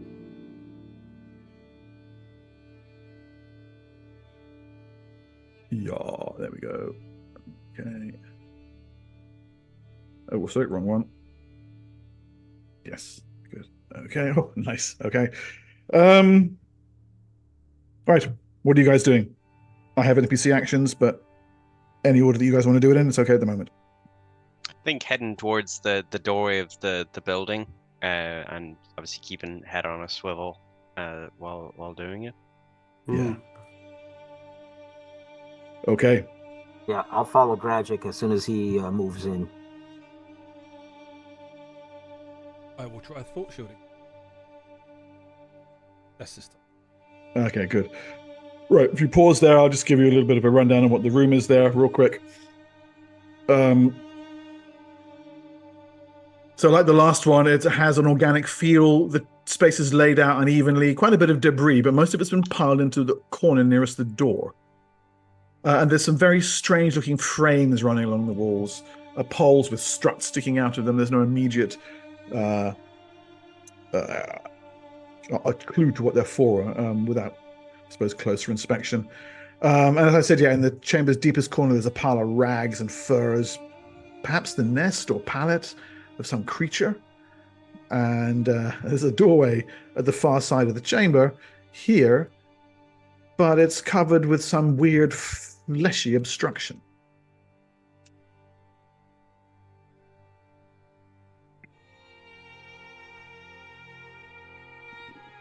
So,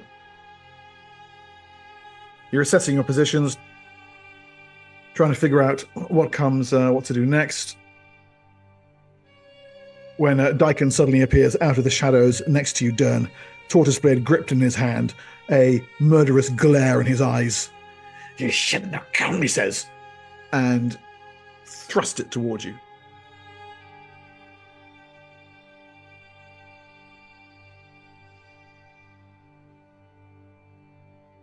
Ooh.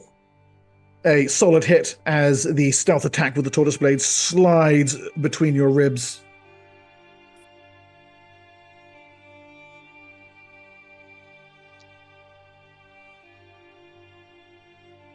$10 damage.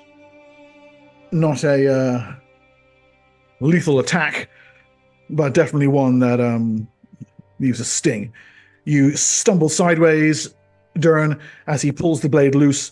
You stare down at your own blood lining his blade. I'm guessing we're going to be looking at initiative fairly quickly, I suppose. So, why don't we roll for that now? I'm assuming Accelerator's still running.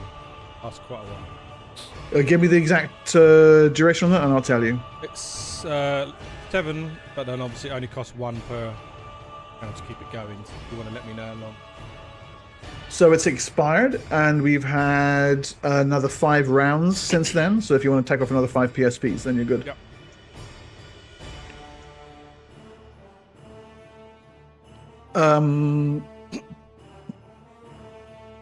Okay, and where's my initiative counter? Oh, it's a 10 speed on the crossbow. No wonder I'm getting. Yeah, it's not great, is it? So I was rolling 2s then before.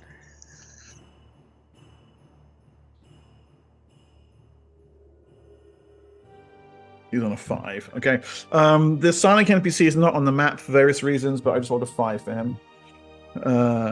Or her. I'm on a 0. And you're on a. I don't actually see you on the initiative counter, but okay, go. Wanting to do this from the very beginning. I obviously tried to chop him up. What, Dern? Daikon? Yeah. He's your friend. Is he though? You rescued him. He just tried to kill my friend. He's not in his right mind. He's a victim just like you. Might be in his right mind in a minute. I'm assuming 82 hit. You have to move first. Oh, you accelerated it, didn't you? Yeah. You can reach him. His armor class is 17. What did you roll? 21. Yeah. 19 damage. 19. Okay. He looks pretty upset at that, as you might expect. Stumbles sideways, yelling, snarling, bleeding. The usual.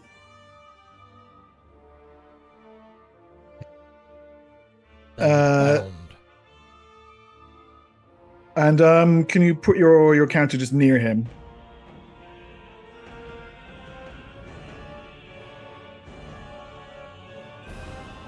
Okay. And I need to check the area of effect on something else. This one. 15-foot radius sphere. Oh, okay. So that's only going to get you two up here. But that's what happens. Okay.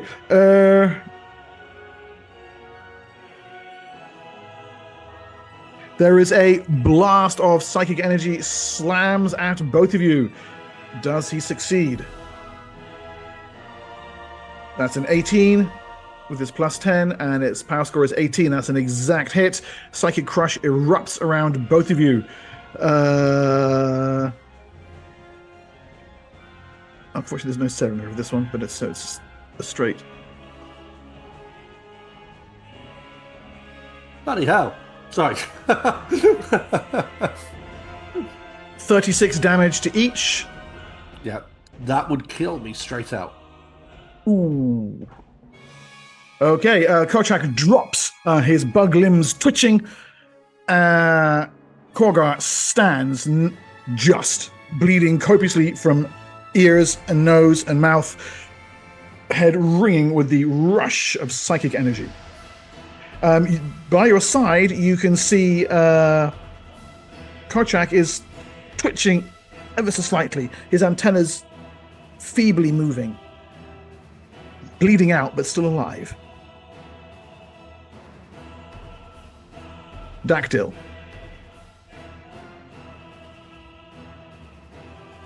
Burke. Burke, I need, yeah.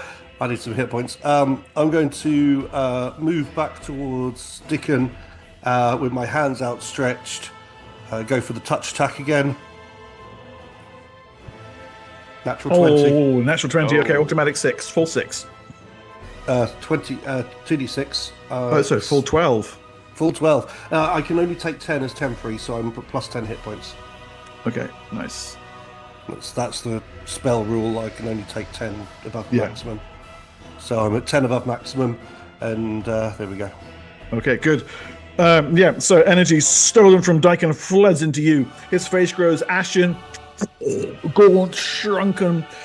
Pallor floods him as you pull the life energy out of him and into your own body. I'm sorry, Master. No. Oh. Darren. I am going to poison him.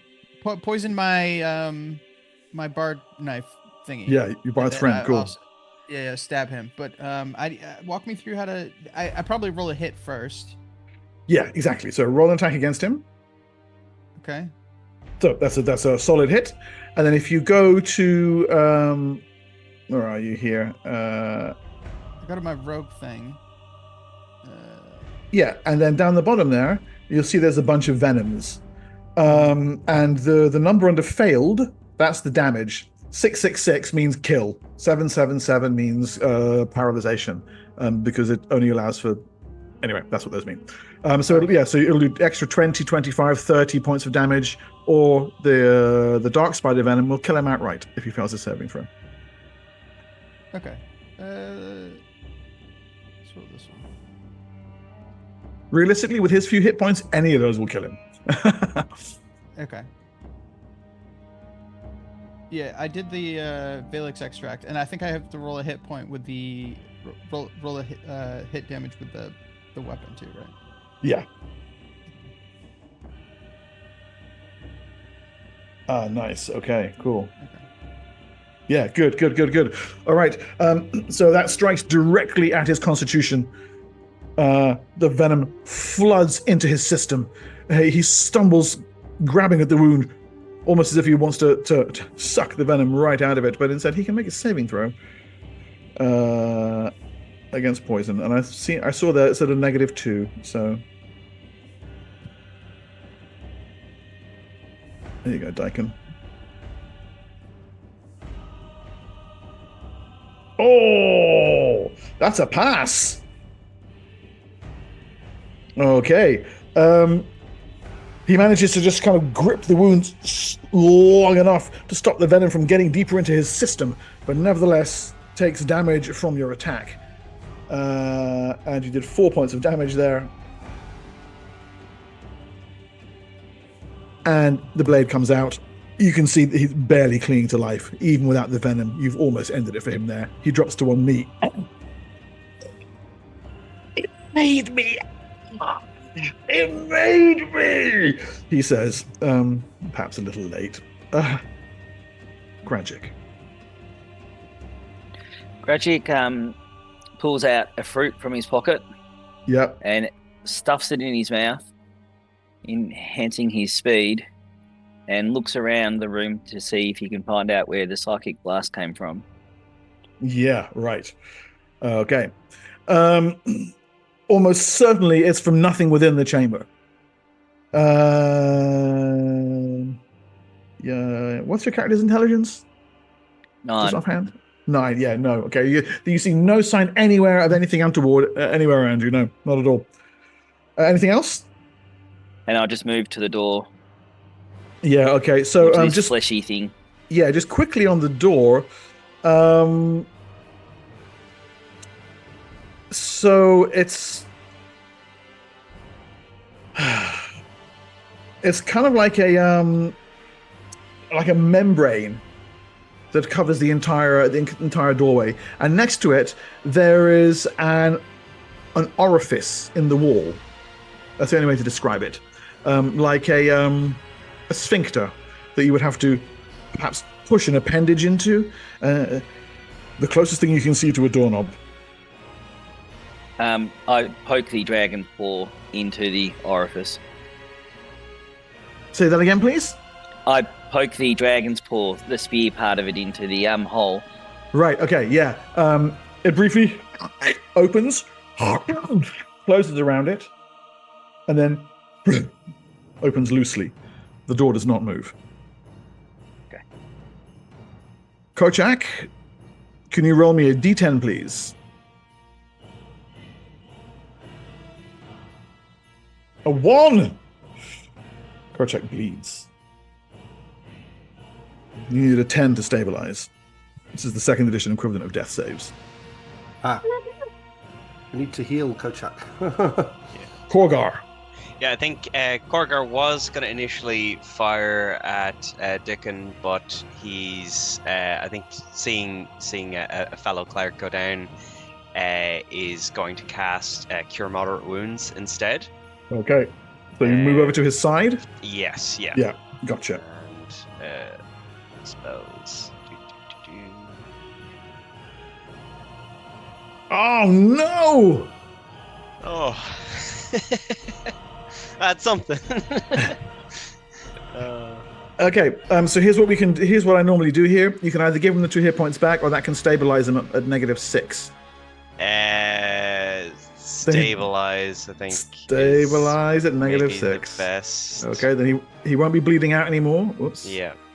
Oh, and I have a potion fruit of extra healing, so I sort of just shove that between his mandibles, if I can. Oh, that'll be an action next That's round. an action, yes, yeah. Yeah. Okay, right. Okay, right. So the healing spell stops the various fluids from oozing out from between his chitin any further than it does already, but it doesn't bring him round. Hmm. And we're in a new round. My weird NPC gets a 11. Fuck. This fucking thing. And Daikon, against all odds, is still alive, so it does get an initiative roll. Though I'm really surprised if he gets to use it. But go on then. He's going to try and sneak away and backstab. He's on a 5. Okay. Good luck, Daikon. I wish you well. Rags, you're still on 0. Well, we can't have him sneaking away, can we? Oh, I missed all 3.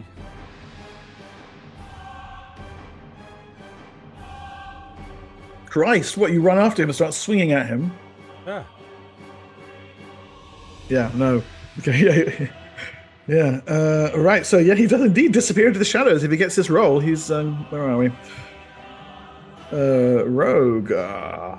Hide in shadows. Yes, Daikon gives a despairing shriek and throws himself into the gloom, and for the time being, at least, vanishes from sight. Brave Sir Daikon. Well done. I'm proud of him. Gragic. I use my strength to try and rip the membrane door open. Give me an open doors roll. If the end result is 20 or higher, you rip the thing clean down. There should be a little button for that next to strength on your attributes page. Yep. 16. No. Oh.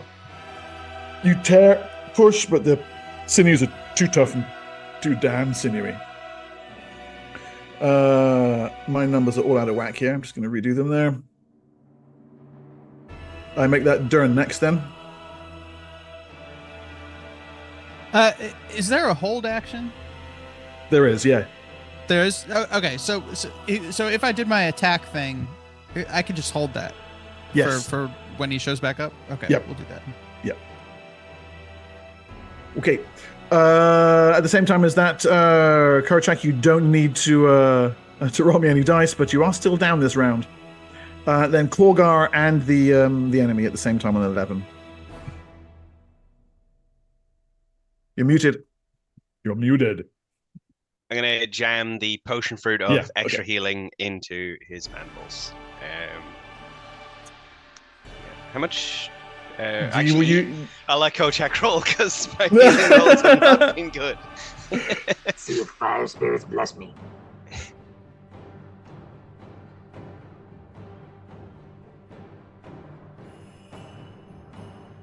Did you say extra healing? Yes, extra healing, yeah. I'll remove that from my sheet now as well. There we go. 24. Yes. Okay. Kochak, awareness and life return to you. Your antennae spring nicely up, and you are back on your feet, should you so desire. You can take an action as well if you want one. Kochak, yeah, sorry. Kochak then is going to let's see. Can I move and cast a spell? Yeah, 6 squares and still cast.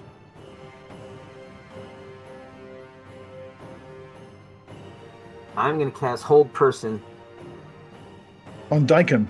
on Daikon, yes. Good. Okay. So Daikon gets to make a saving throw at -2 or 3, I believe it is. Hidden.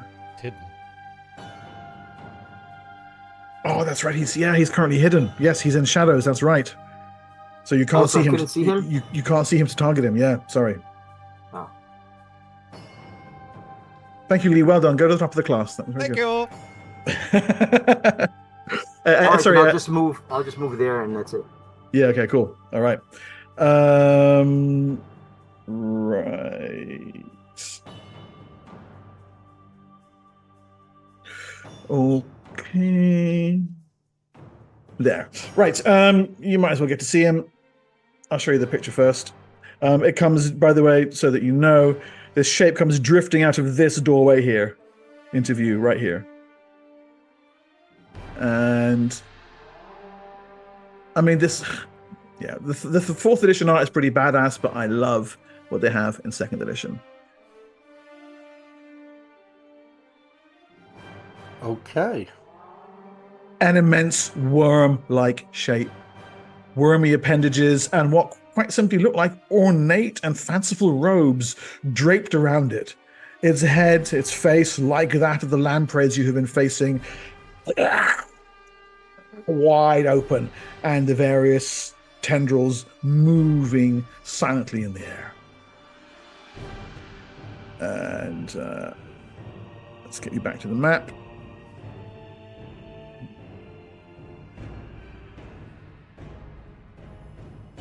And we'll give him a counter.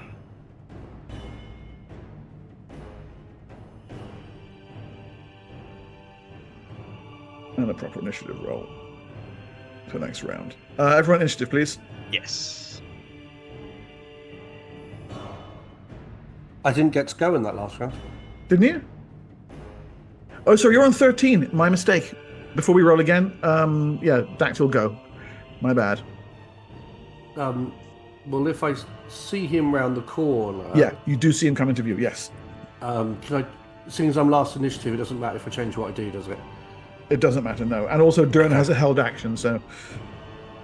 Okay, in which case, I'm going to mind thrust him with the psychic manipulation.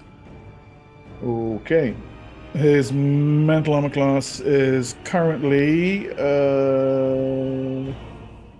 just a minute, where is it? 7. His mental armor is currently 23. Okay, that's going to be difficult for me to hit, I think. So, let's see it. Before you waste your manipulation powers, what's your first... Oh, Telepathy. I just noticed that you did manipulation. Roll it. No. No, a good attempt, but your psychic thrust is deflected by the creature's powerful and implacable thought shield. Okay. Now new round.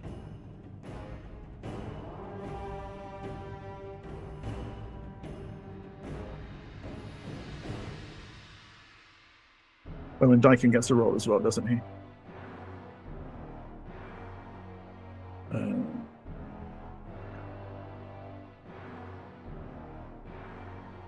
I shout at the other lot as I'm running to the room, by the way.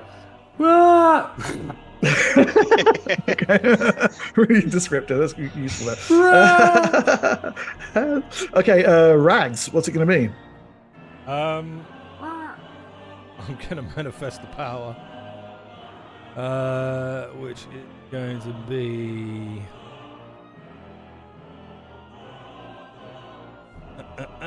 this one.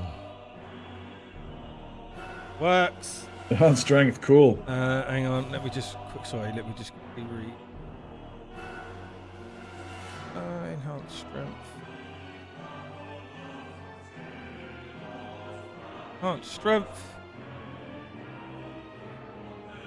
Raises by 1 point. Okay, so 2. So I need to raise it by 5. So much maths.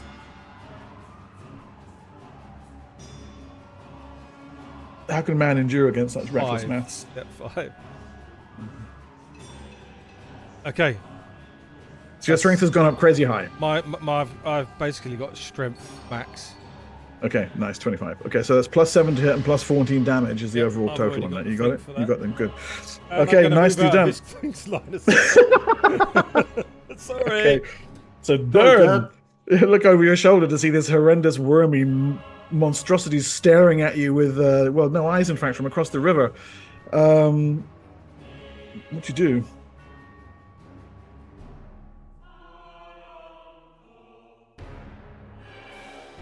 Dern. Sorry. Sorry.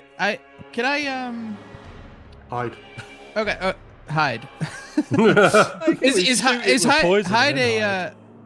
Yeah. Is hide a bonus action? So for you, no, you'd use it as part of your movement. You just go to hide in shadows on your rogue page. Click the armor. Oh, okay. So I could do a hand crossbow and then poison it, and then hide in shadows after. Yes, absolutely. Okay, well that sounds like the plan. Let's do that. Ooh, it's armor class 20. The thing is armor class 16. It strikes home.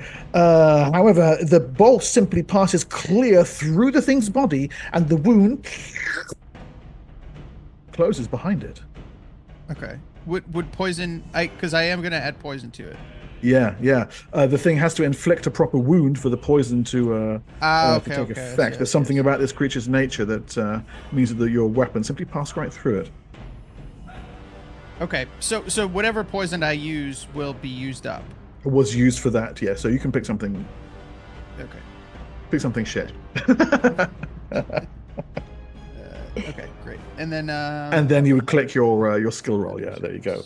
Nice. Okay, so it's right. So you drop into the shadows, completely out of sight. Okay, which is great because Daikin was next, and he was about to backstab you, and now he can't see where you are. Okay, and I will move towards the rest of the group. Yep. Hiding. Good. Yeah, and you being hidden like that denies him his attack of opportunity too. You can't see him on your screen. I'll bring him out to visible. He was literally standing right next to you. Well, that's excellent. Yeah. But at any rate, he will make a morale check here because he's in real trouble.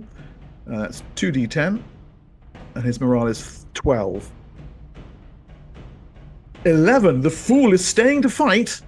Wow. Okay. Daikin believes somehow that he can get out of this, perhaps now that his aberrant master has appeared, and he breaks cover and runs over in this direction, and you can hear him babbling at the thing in just broken common tongue that he's brought them, he's done what he was told, he's been a good servant, and now it can reward him. So that's going to end well for him. Korgar. Korgar, I think I said I fire my crossbow, so I'm going to fire my crossbow. I'm going to move to just here and pop out the doorway and fire at the aberrant lamprey man thing. Yeah. That's its exact name. Have you been reading the adventure? I'm going to roll to hit and... Oh, it's a hit! Oh, it's a hit! Yay! Yeah. And cool. damage. He's just small, medium, isn't he?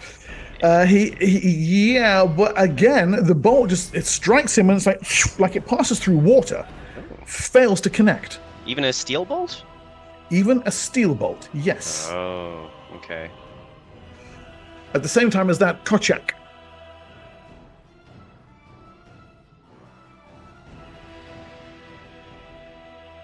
June.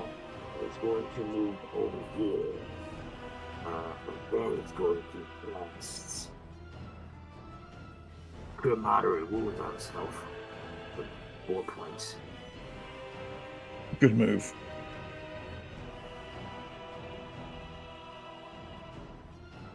+4, that puts you up to 22 hit points. The wounds and shattering on your chitin are slowly, bit by bit, beginning to heal over. And Dactyl. Dactyl and Gragic actually both together.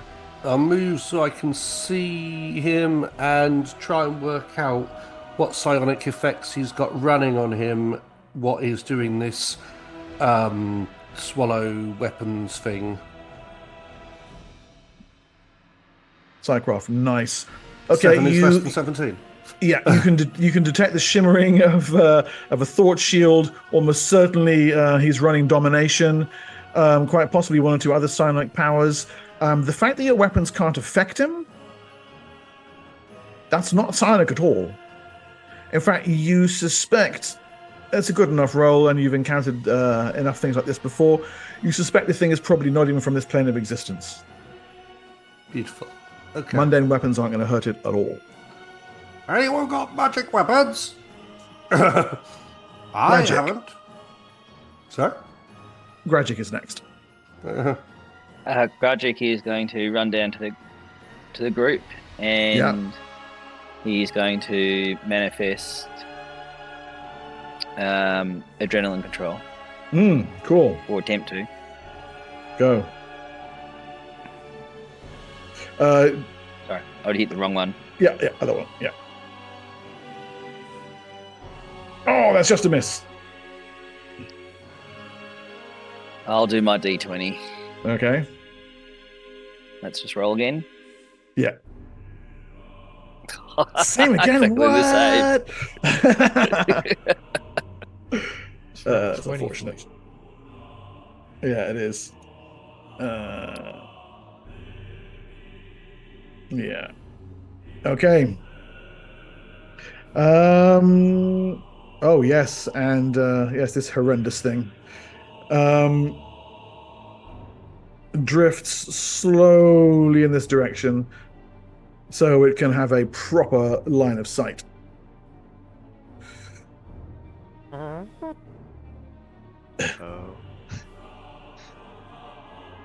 Ouch. Yes. Okay. Manifests the power. Krotchak, can I get a saving throw against spells from you, please? Before you do that, Korgar, yeah. Yeah, Korgar. Sorry. thank you very much to Grim for another 5. Oh, another 2. Who's used their D20s? I've only got one. I've used I still have mine, mine. and I think John's I've used mine. his.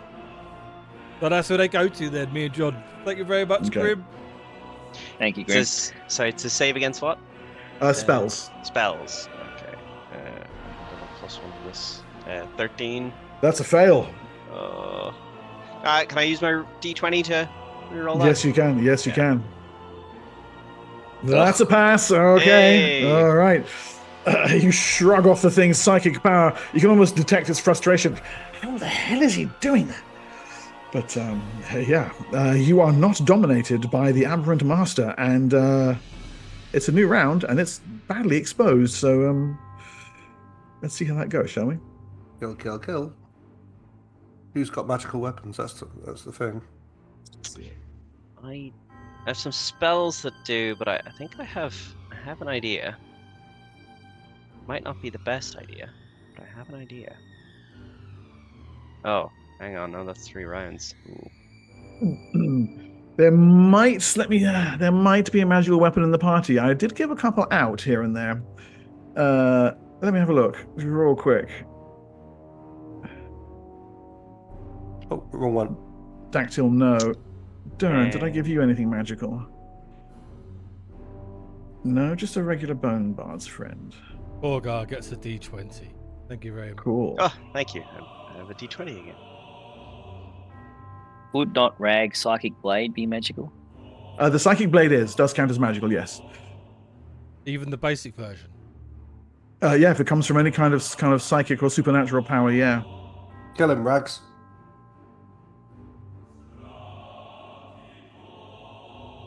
I'll be over here.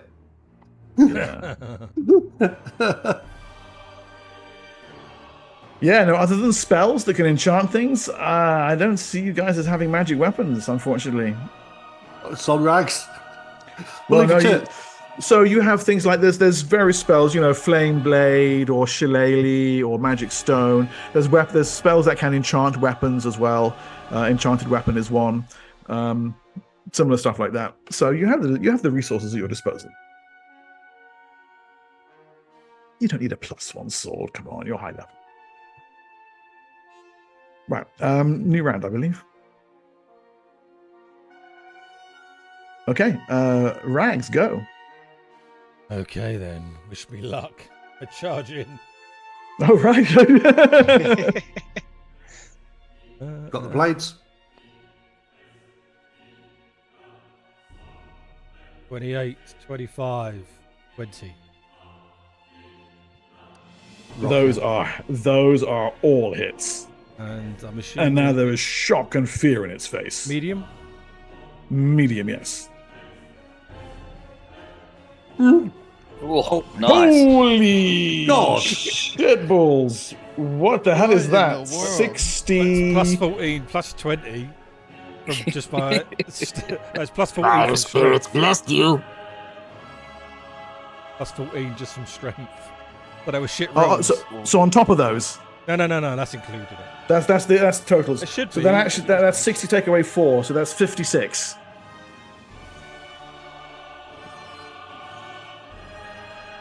Could be, I Okay. love half giant. I'm not half giant. And He's more. attack. Tarek. He's Tarek. He's stronger than me Tarek. at the moment. Yeah. So yeah, you stride up. The blade simply cleaves the thing into 3 pieces. 7 hit dice, 78 is 56 hit points. Ah! I look to our dominated friend in the eye. Shouldn't be dominating anymore. He chose the right day to wear the brown pants. Yes. Yes. Squid for dinner. The expression on his face is quite simply one of mingled shock and terror. You're gonna kill me now, too, right? He says, holding his hand against the bloodied wounds all over his body. You're under its influence no more. And if I look at him with my detect evil, is he free of whatever was? No around him? sign of possession or any malign influence at all. I And- think. Beside you, the thing's body, Mm. it begins to fade. Shimmering into so much astral plasm before vanishing. This is high-level psionics, an astral projection. This is not even its original body. Its original body is probably not even on Athas. It's mind, consciousness summoned here, trapped here. Too late to know now. I mean, not even a speak of the dead can reach it now. Well, that's bizarre. Very. Whilst they're all marveling at the disappearing aberrant, Grajik just strolls up to Daikon and goes, "Not kill, but protect us," and just clocks him. Knocks him out. Just to knock him out. Well, he's got 3 hit points left, so he's going out cold. Yeah. Daikon collapses and takes a long, quiet sleep. Yeah. Put him over my shoulder. Yeah. I let the accelerate drop, and I do the same. Collapse. So Dern was hiding in shadows, and I will like come out of the shadows right as you knock him out and say, I was basically going to do the same thing. Would you like to have a go? I sort of try and prop him up. Go for it, dude. Here he is. Whilst they're playing with Dern, I'm just going to take a moment to focus myself and look around the room. Yeah. So this weird patch in the corner, almost certainly someone was sleeping there. And looking over at Daikon's rather grimy body, probably not hard to guess who. Again, no sense of psionics in the room. All the walls and floor made of that peculiar, weird, organic knot stone. And then here you've got this door with a sort of, yeah, I mean, a sphincter is the only word I can think of to describe it. Mm. It did open when Grajik prodded it with his weapon, but it didn't do anything in particular in response.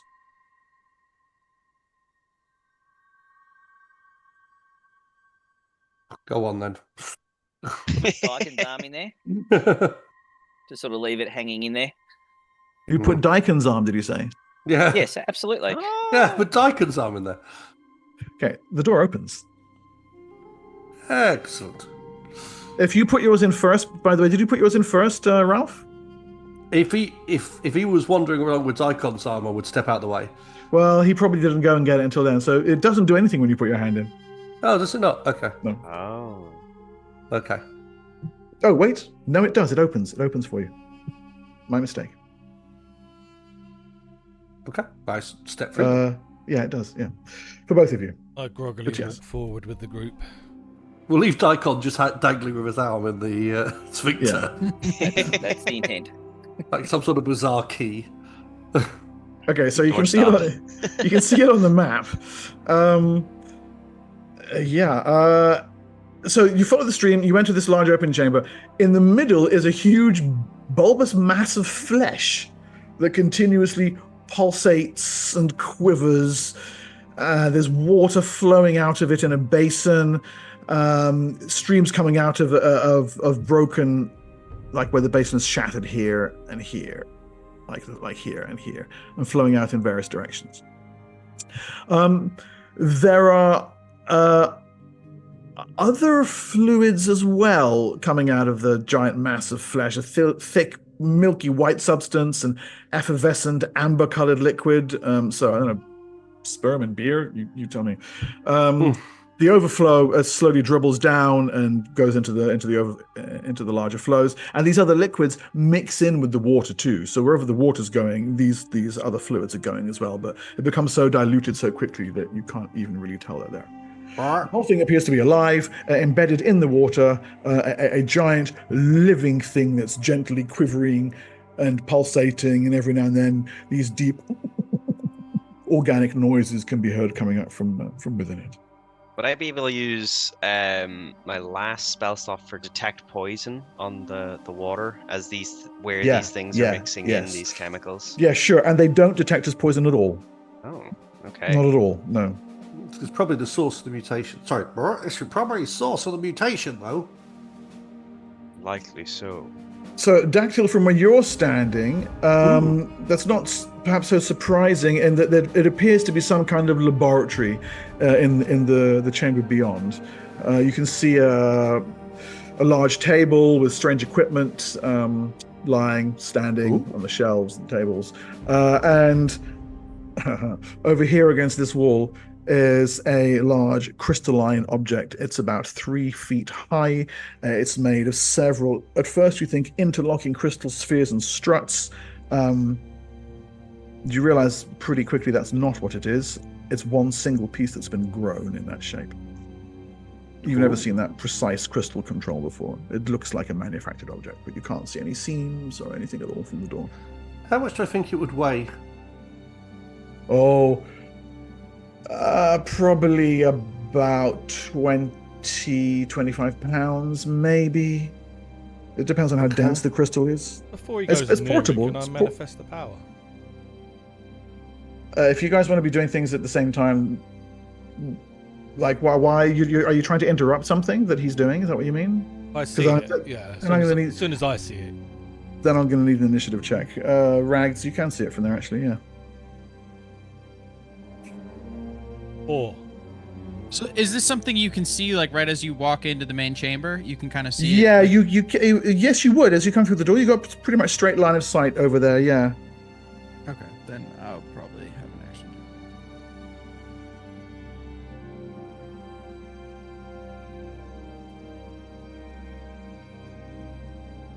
Okay.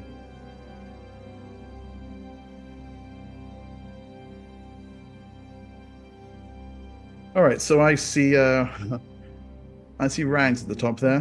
Rags, what do you do? It's the thing that I'm after.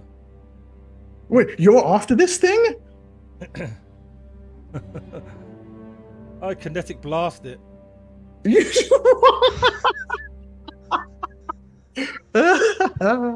Okay, 1 moment, please. 25 manifest- damage.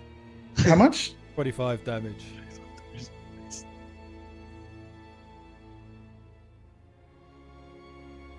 That's a save. Okay, there is a crack of psychic energy as you manifest a kinetic blast. It slams into... What's the radius on kinetic blast? Radius is like a fireball, 20 feet. Well, you tell me, please. I think it is definitely 20 feet, but I will double check for you. I would have done it before anyone went over. So I'm just do you kill Dactyl in the process? No, as you- right, I yeah, would've done it's right. So okay, Dactyl's gone over on the 6, but as he's walking across the room, 20-foot you radius. Yeah, exactly. Okay, so Dactyl, as you move toward the thing, there is a streak of telekinetic energy behind you, slams into the thing. It rocks back and forth on its small plinth, cracks all the way up through it. The thing holds together, doesn't break, however. What do you do? I launch myself on it. As I launch myself on it, a door in space opens behind it, and we both go tumbling through the door. This door of which you speak, Yes. where does it go? As far as I can, using as many power points as I can. Which power is this? Dimension door. Dimension door. Okay. It's for 20 power points. It'll get me over 150 yards.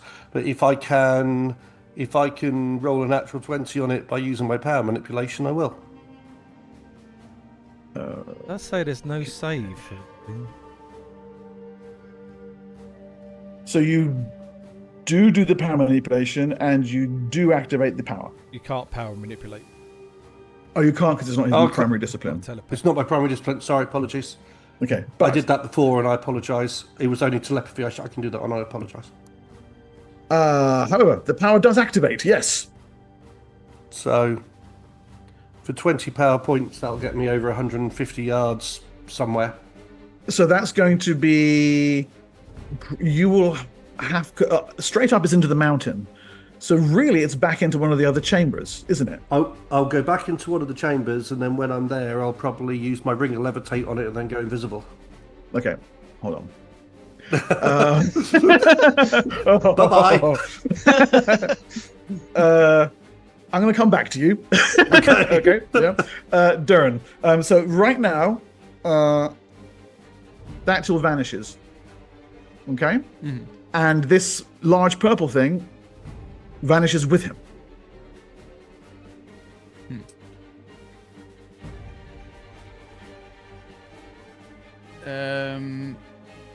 I will turn to Frax and say, it seems that we three have the same mission. And what was that? We each need that crystal structure that has just disappeared with Dactyl. I don't need it. What is your plan with it?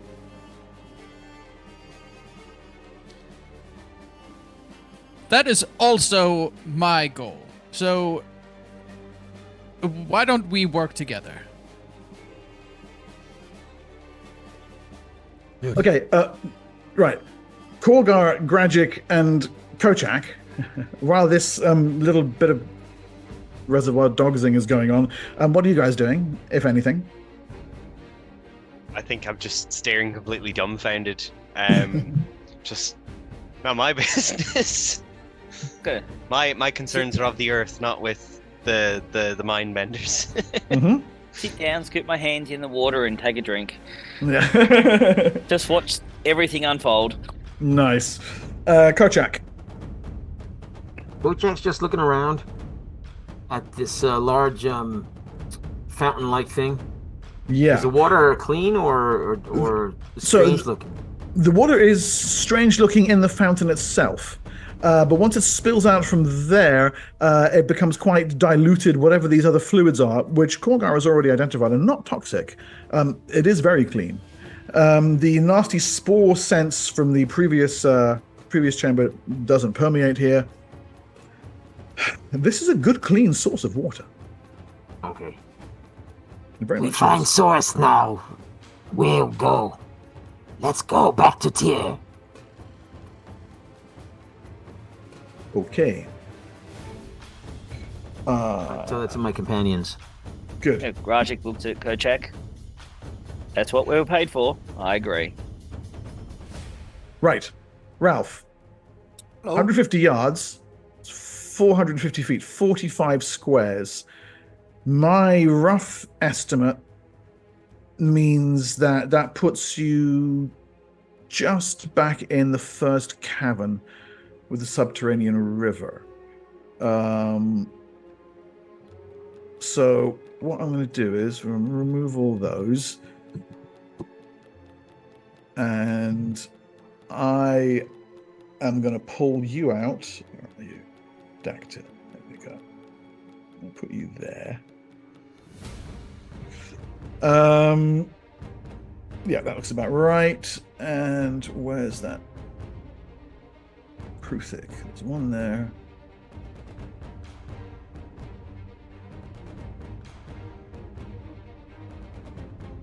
And okay. And Raph, I might actually be able to pull you individually. Yes, I can. Where are you? Shadow Sight. You can on roll 20 put someone in Yeah. a different. Yeah. I can. I'm going to do that to you. So, can you see that? Okay. So You because it, absolute bastard. it is a one shot. Come on, what did you expect? Okay. So the rest of you don't actually get to see this. But you win for once. No, you're like the Sean Bean of D&D. Just Okay, once. I'm gonna pull the group over just so you can see because it's yeah. Just Chompy, once. Anyway, so you appear, having landed out of your dimensional folding, dimensional door, right in the middle of what appears to be a Kruthic hunting party. Who'd have thought? They come at the end of the round, but they'll get their attacks now. Where are we? No, not even a roll for initiative?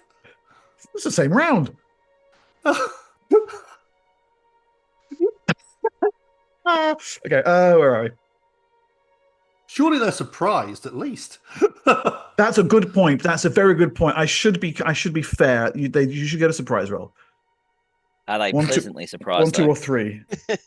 A 4. Fuck. Happily Too surprised. bad. Yeah. Anyway, where were we? 1, 2. Surprised, like, did you order DoorDash? You ordered- I didn't order. Okay. What is your armor class? 15. Okay, so the first claw misses, but the second claw and the bite attack do strike home. So that's only 21 points of damage from the first of the creatures. The second one rears up behind, snarling in anticipation of what it hopes will be a pleasant follow-up. Oh, there's a natural 20 there, so that's automatic on that. Again, the first claw misses. The second one deals you 8, 14. And the bite, another, so that's 21. Oh dear.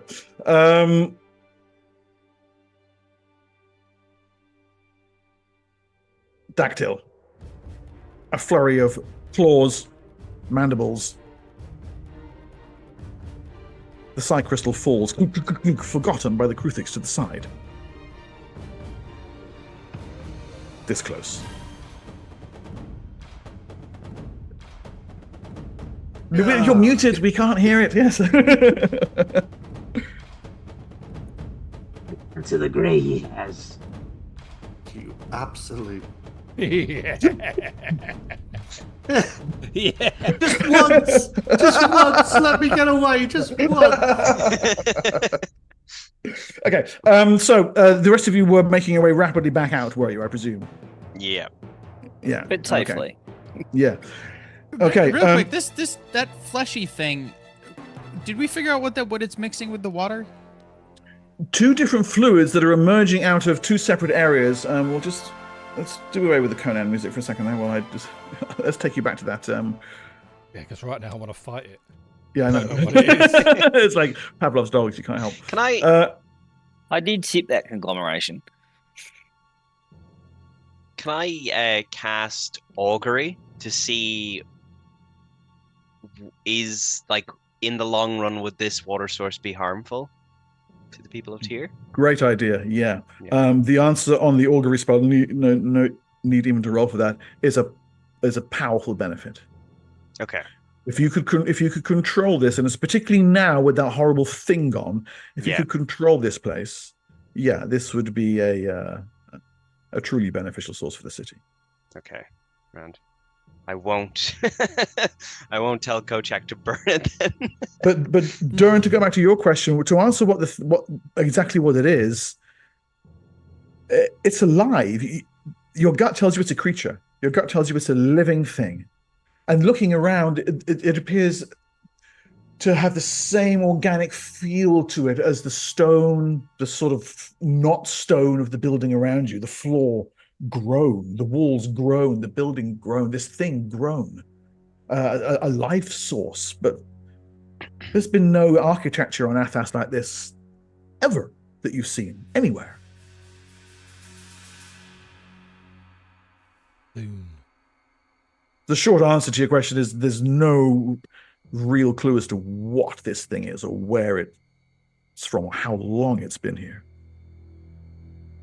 I'm gonna just for the sake of it, before running after the crystal, I'm just gonna play it the song about how much I love water, and see what happens. My favorite water song. I love drinking it and swimming in it, and floating in it, and water is fantastic. No.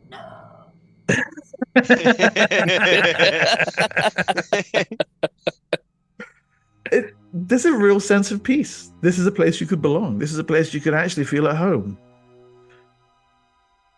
Long, long way from Tyr. Different kind of life, but yeah. Okay, I think I run after the crystal now with Rex. Yeah.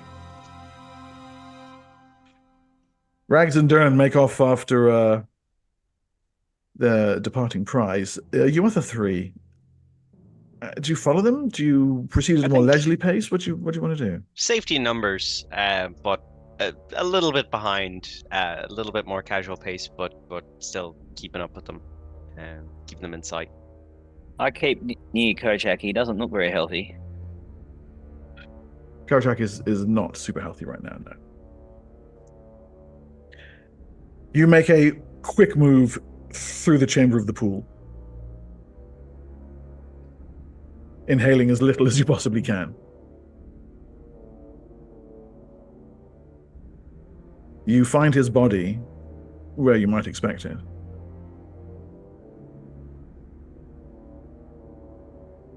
The Kruthiks have largely finished feasting on it.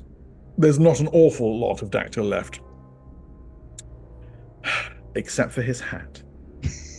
Lying by the side of the stream.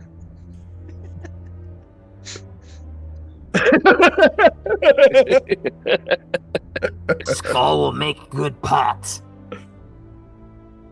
But yeah, the somewhat damaged but still mainly intact weird crystal object is lying discarded off to the side. The two large insectile creatures, the Kruthiks, just to use that fucking monster manual name, are a few yards away, feasting on Terran remnants and are little interested in you at the moment. You have a few moments to yourselves before they return their attention to you. Oh, they get some. And just to be clear, Rags and Durin, you've arrived a round or two ahead of the others because they were sort of dawdling a bit behind you, and you guys took off. Oh. Quickly assign myself accelerate again. Use my D20. Works. And I manifest it. Works. This is your super haste thing. Super hasted again. Yeah. And then I look to Dern. I will smash it.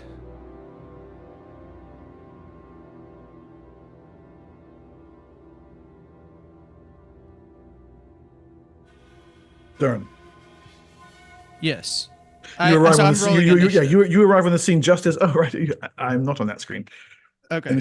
Okay, cool. I'm rolling because I have a thing. Yeah. Yeah, okay. Rags, did you roll for Anish?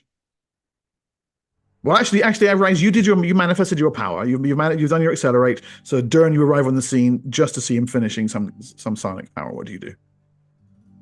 Okay, I'm going to use the poison that does the paralysis. Oh, yeah, the cank venom. Yeah. Is that what that is?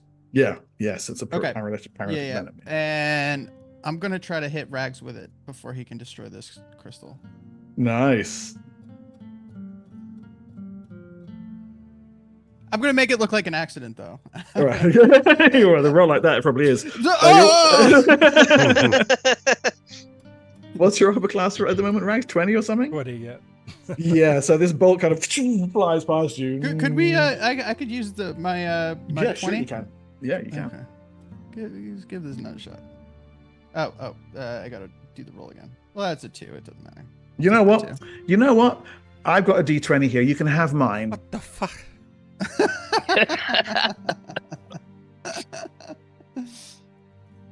Awesome. Go on, shoot him. All right, let's go. It's not gonna. Oh, fucking hell. Yeah. That was a waste. Okay. I'm just accident. Oh shoot! Shit, fuck. Stand still. Oh, I've fallen over. Oh. Oh man. Okay, right. Does the poison stay coated on the weapon until I hit something? Yeah. It stays for like a Okay. day or so. So yeah. All right. Yeah. Cool. Okay, cool. Okay. Who's got a D20 here? Has everyone got D20s? No, I haven't got one. I just I've spent one. Yeah. I've just spent 2 of them. Whoever hasn't got one, roll. Apart from the dead guy. Does anybody want mine? I rolled a 7. Roll again. 14. Yes. 15, you fucker. Right, I get one. Oh, John B gets it. Thank you very much, Luca. That goes to John B. Right. Cool. Okay. I look to Dunn. I am not as stupid as the half giant. I will go and whack at the crystal. With your sword? Yes. Yeah, okay. First hit, 25. Till it's destroyed. How big is it? Okay, so hammering at the crystal with the weapon does nothing. Even though it's magical. Yeah, does nothing. Oh. Simply not enough to deliver a potent enough crushing blow to it, to destroy it. Okay, at this point... Wait, I've still got 2 attacks. And I look to Dern. Well, that's unfortunate for you. Uh-oh. Pull your tokens on the map. One's a crit. Oh, shit. Oh boy. The other one's armor class 14. Does that hit?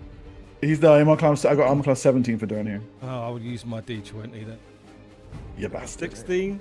That's a miss. Oh. I mean, Dern was casting inspiration, but that's probably not fair. So no, that's a miss. Okay. Well, it's maximum damage, which is 12 plus 14. 26. Dern's got 25 left. Oh. Oh. I should have hidden in shadows, but I believed in the power of my acting skills. I don't finish him off though. So you just leave him to bleed out. I'll if no one's there in time, I will bind his wound. Okay. That psychic power seems to do something against it. Yeah, okay, so no one else is there, and then literally the other 3 arrive. You come trotting through the cavern just a few moments later to see Dactyl clearly dead there and there. Oh, and there's some more of them over there. And Somebody pick up my hat. yeah, and Dern also, at first you think he's dead, but you can see Rags kneeling by his body, clearly bandaging his injuries, taking care of him. The weird crystal object lies unclaimed to the side. I think when Korgar arrives, he's going to use Speak with Animals on the Kruthix to tell them that there's easy prey in at the back of the cavern over there where we killed the what was it? Where we killed the first set of Kruthix. Yes. Do I need to roll for that? Nope. That's just the thing that happens. Should have said there's a guy in there. His arms in a door. Some sort of door. Okay, cool. The Kruthix take your culinary advice to heart and go scuttling up along the walls and make a rapid departure from where you are.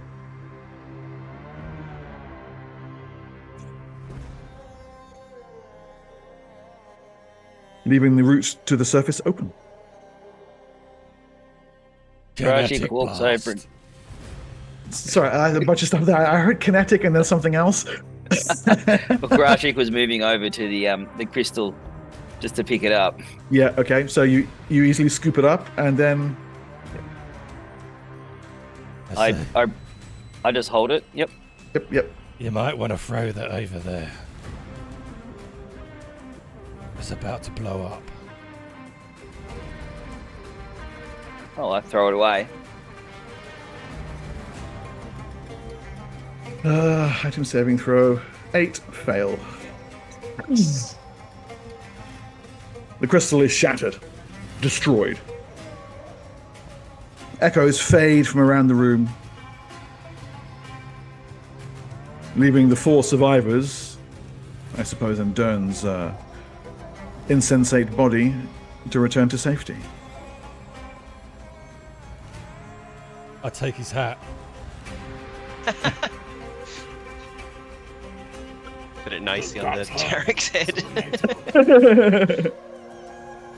Everyone needs a good hat. It's Dark Sun. Absolutely, yeah. One Sionis to another. So back to the surface, then it is. The source of water secured and found, and in fact protected, still intact, can be of considerable use to the city-state of Tyr. As for the mysterious crystal object, its provenance will never perhaps be discovered, given that Dotmal Payne's Bard agent failed to recover it for him, given that Sysius Strimmon's agent failed to recover it for the School of Thought, and instead, given that Thanak Arsos' secret masquerading as the headmistress, persuaded Rags to destroy it. That's what you get when you have multiple conflicting secret background missions. No one tells the Half-Giant about these things, though. Just there to punch things. Guys, thank you for playing. This was the one-shot of the Chthonic Room by athas.org. Mangled as best I can by myself and my able group of players. The interest to me in this particular adventure is the fact that it's not really a typical Dark Sun adventure. A sort of wilderness adventure that takes place underground, ties into some really, really deep lore of the setting, the halfling life shapers, their kind of weird bioengineering, and then thrusts in some really interesting, pretty non-standard monsters. I had a lot of fun running that, actually. Hope you guys enjoyed playing it. Thank you. Hope you guys had a lot of fun watching. Thank you again for the donations. As always, we will be running more community games soon. If you like the sound of that, let us know. Head on over to the Discord. Hit me up on Facebook, Reddit, wherever you find me, all over the place. We will be back with To Tame a Land, back in the city-state of Gustenau, or the ruins underneath it, next week. For more murder. I want to say a special thank you to my players here for making this a lot of fun to me. Great, guys. Really, really enjoyed that. Thank you so much. Thank you very much, Mark. It was wonderful to be here. Super, super fun. That's it for another week then, guys. Thank you so much, and we'll see you guys next Dark Sunday. Yep, cheers, guys. See you later. Cheers.